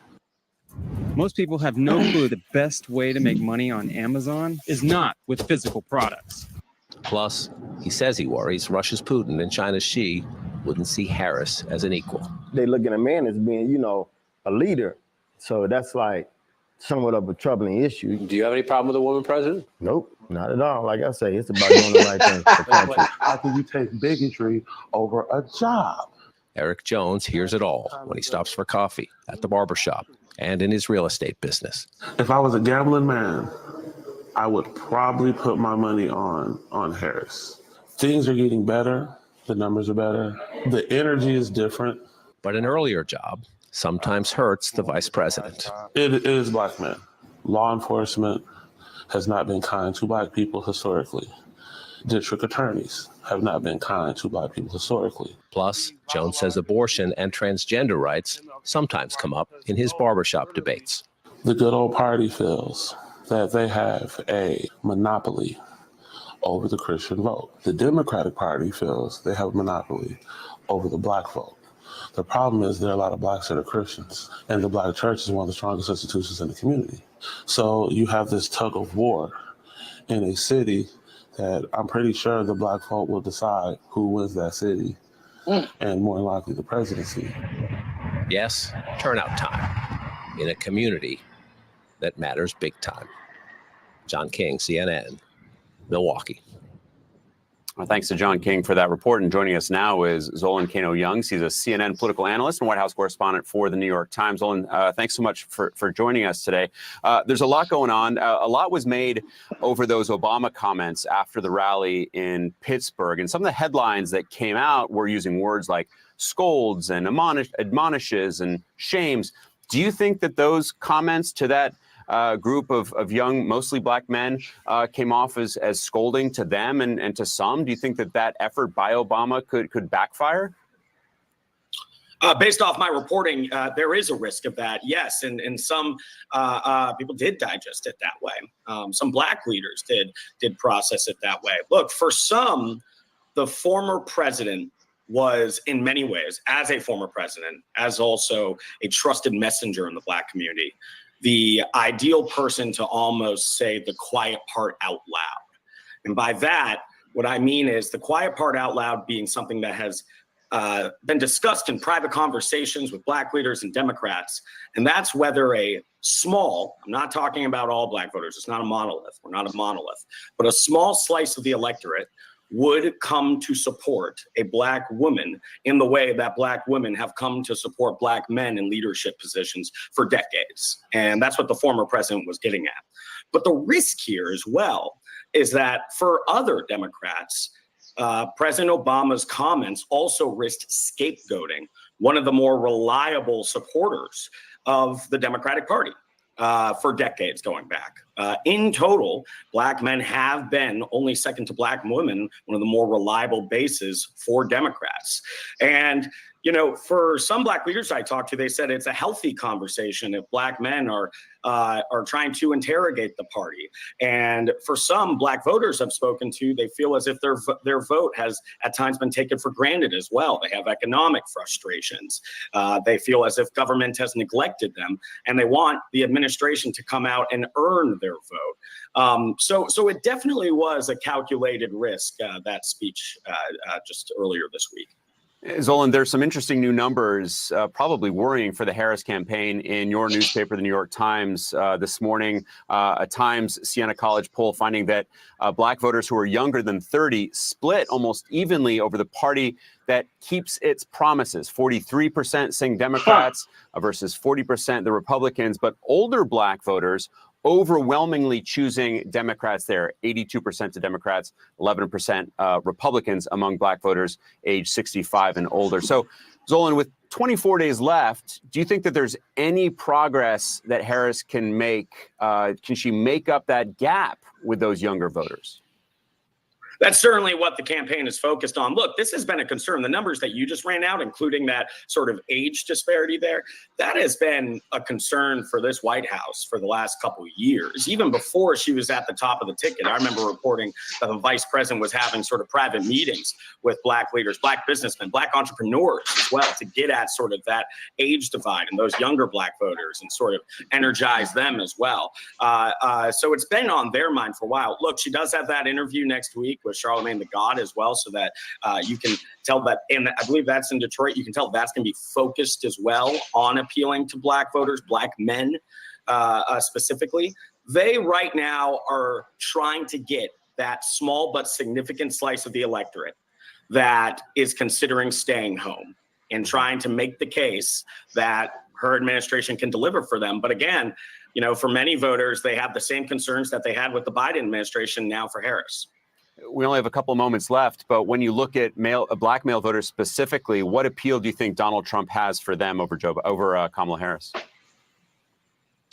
I think for black men in many ways, it's just based off the reporting and the interviews that I'm doing, it's what many Americans have across the country, the economy, a sense that, the cost of living was lower, during the Trump years. And again, I talked about that quiet part out loud, the elephant in the room, even before the former president. I reported on the call that 40,000 black men attended. It was organized by black leaders. And they were kind of addressing that elephant in the room as well, trying to say, look, leadership does not need to be associated with masculinity. And actually, leadership can be standing behind a black woman. That's also sort of a sensitive and very fraught topic that I know Democrats are worried is playing a factor here. And I guess just to close this, to go back to those numbers as well, in that new poll, I believe it showed that Harris right now has about 80% of support of the black vote.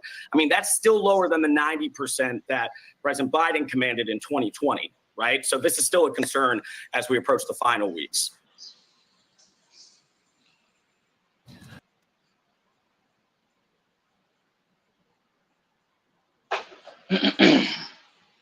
DC asleep? I'm still here. Okay. Yeah, that was interesting. I didn't know if it was going to be interesting or not, but same old stuff basically. Same old. And he said all the right things as far as the scapegoating and making sure that's not going to be the case here either, right? Like you're not going to use that when we're voting. We're the second biggest voting bloc for your party. Let's not do that. But like you said, what these people should be saying, in my opinion, like you were saying before, is that how about you focus on the people who you need to really make sure that they come out and vote, right? Those other numbers that are much lower than the black male and the black female vote for the Democratic Party. Because I won't lie, if we, even though I know we don't have the numbers per se, but because we can move states and swing states, right? You would think that we would be getting more. Well, anyway, I'm not even impressed. I'm not going to say that, but that's your world, buddy. It's a lot of things that you could assume if you have that much power to swing an election, that what you should be getting should be significant, to say the least. It should be disproportionate,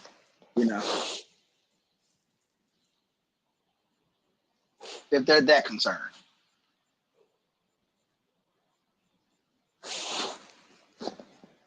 You still there? You drop over. I'm still here. Oh, okay. Did you have anything else you want to say? Talk about?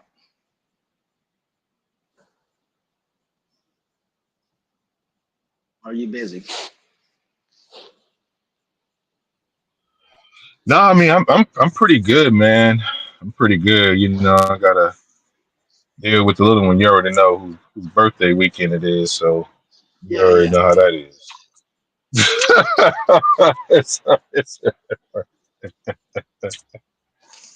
So I'm already late to that. But other than that, man, nah, I mean, it is what it is, man. I think that we'll take a deeper dive into some of the things that happened this week. Maybe we'll get on the mall like after the game. You want to catch up for the game, man? Be good for your niece always asking about you. Oh, well, Uncle Paradox. I want to see Uncle Paradox. I'm like, all right, man. It's just like, all right.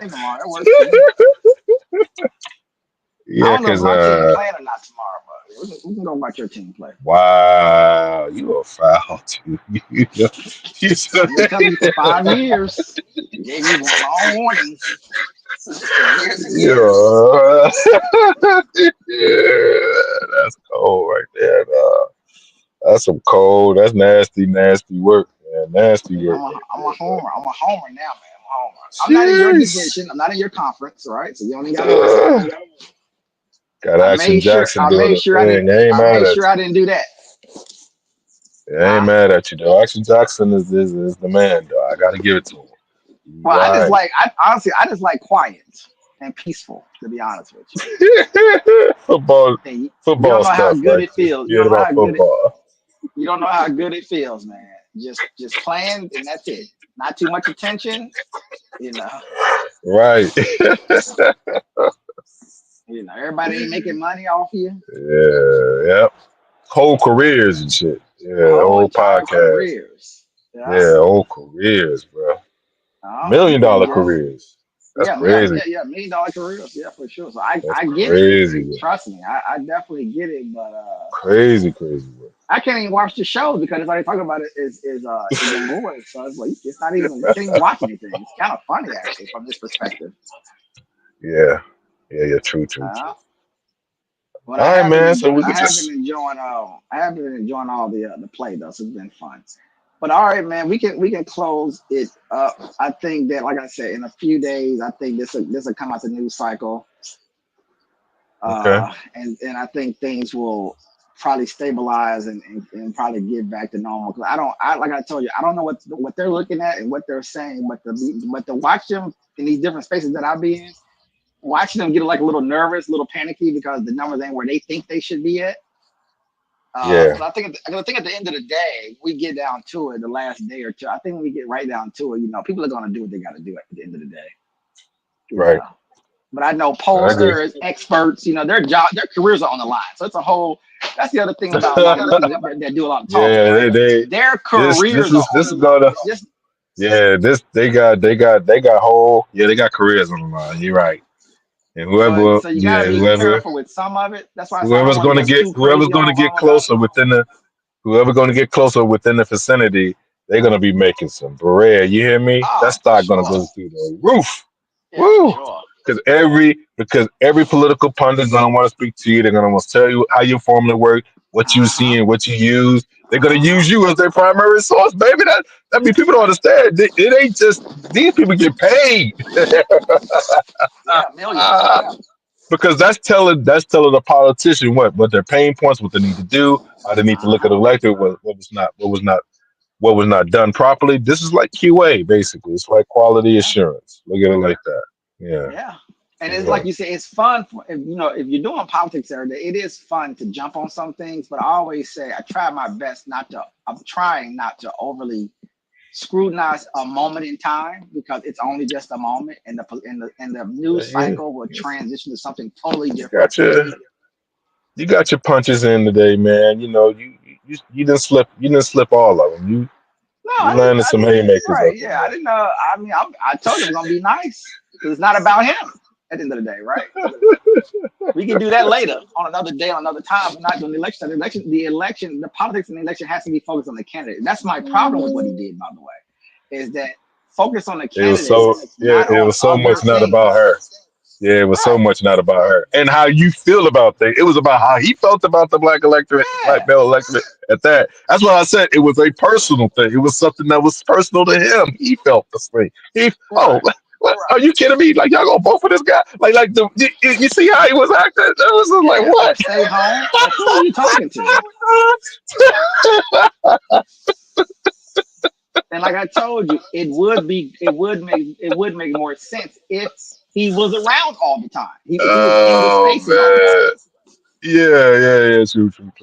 But you just Like he goes on, even if he goes to roll it on a regular basis, like he just pops up over there all the time. Call anything, call in, anything. Because like as much as people hate Roland, they know Roland know his shit, and he gonna talk, and he talks it every day, and he likes to smoke, and he loves to smoke. He don't give a damn, and he loves to do all that, back and forth and all that type of shit. He loves doing that. That's Roland. That's Roland's wheelhouse. And they shit on him at the same time. Isn't that crazy? Don't come on his show. Don't mention his name. Don't invite. It's kind of weird. It's very strange.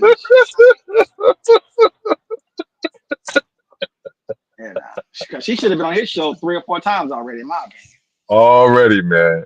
Already. I don't get it. I don't understand. Yeah, Yeah, he bro. don't. He's very political, so it's not like he's talking crazy or reckless either. He does a political he does a political show, bro. He Literally, keeps that's it all his relative show pretty talks tight. about.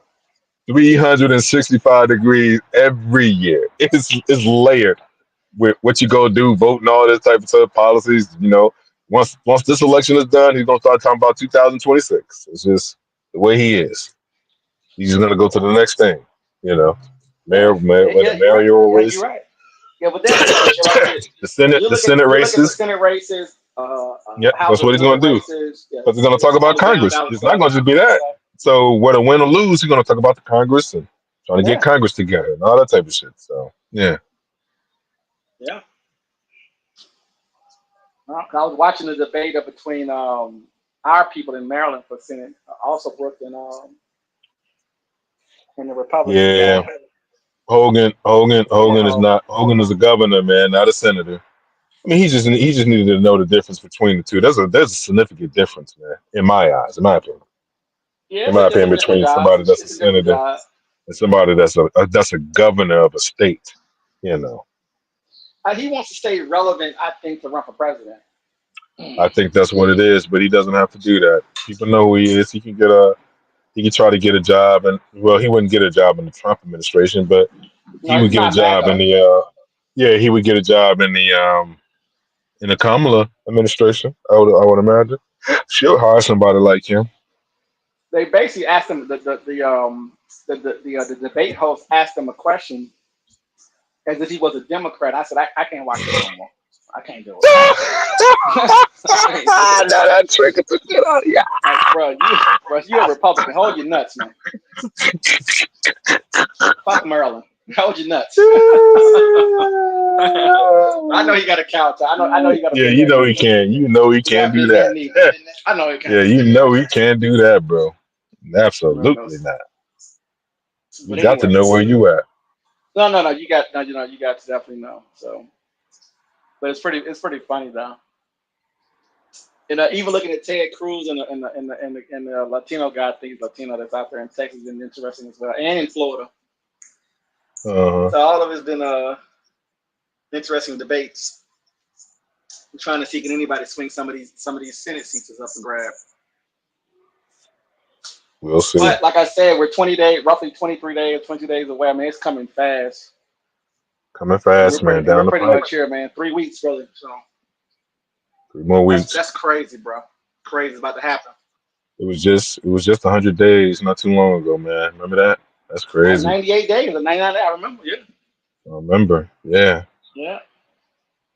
Yeah. And like you said, we might do something. We'll see. We'll see. I want to see that. I may not. Well, we'll see what you want to do, but I'm thinking that Charlemagne debate, depending on what that's. I mean, not interview. Yeah, that's gonna be a whole. What that sounds like. Yeah. I want to see is that going to be one of those debates that can do something versus some of the other things that she's been doing.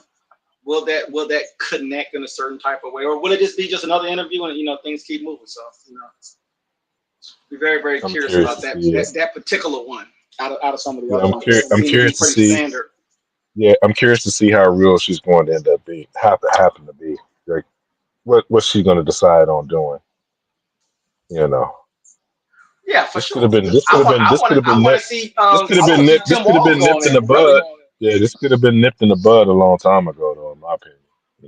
But should have been done. This is late. Yeah.